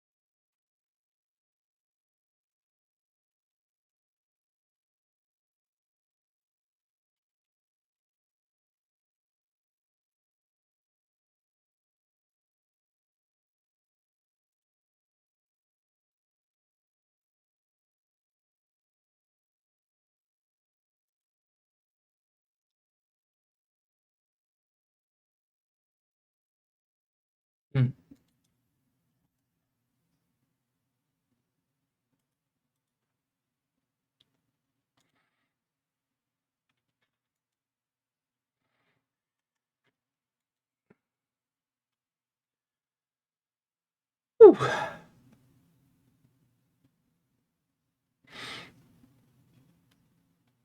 Okay, so roughly 38. Oh, yeah, no worries. I also wanted to just end now. I just wanted to look like how much emerald float I need for that gig cannonball. And apparently it is around 3,700, 3,800 flosion. And I have, whoop, let me just check really quickly. 25,000. So if I grab a bit over 10,000 more emerald flosion, I can actually max this thing. Which means I can then use everything else everywhere. But yeah, thanks everyone for tuning in. We made some progress again in Romeo's a Dead Man. Tomorrow, hopefully back with Godot. And maybe some trains, depending on how it works out today, tomorrow. Or raid mode. I don't know if I should just show raid mode tomorrow. I just do it how I feel after Godot. But see you then, and have a good night. Yeah, bye.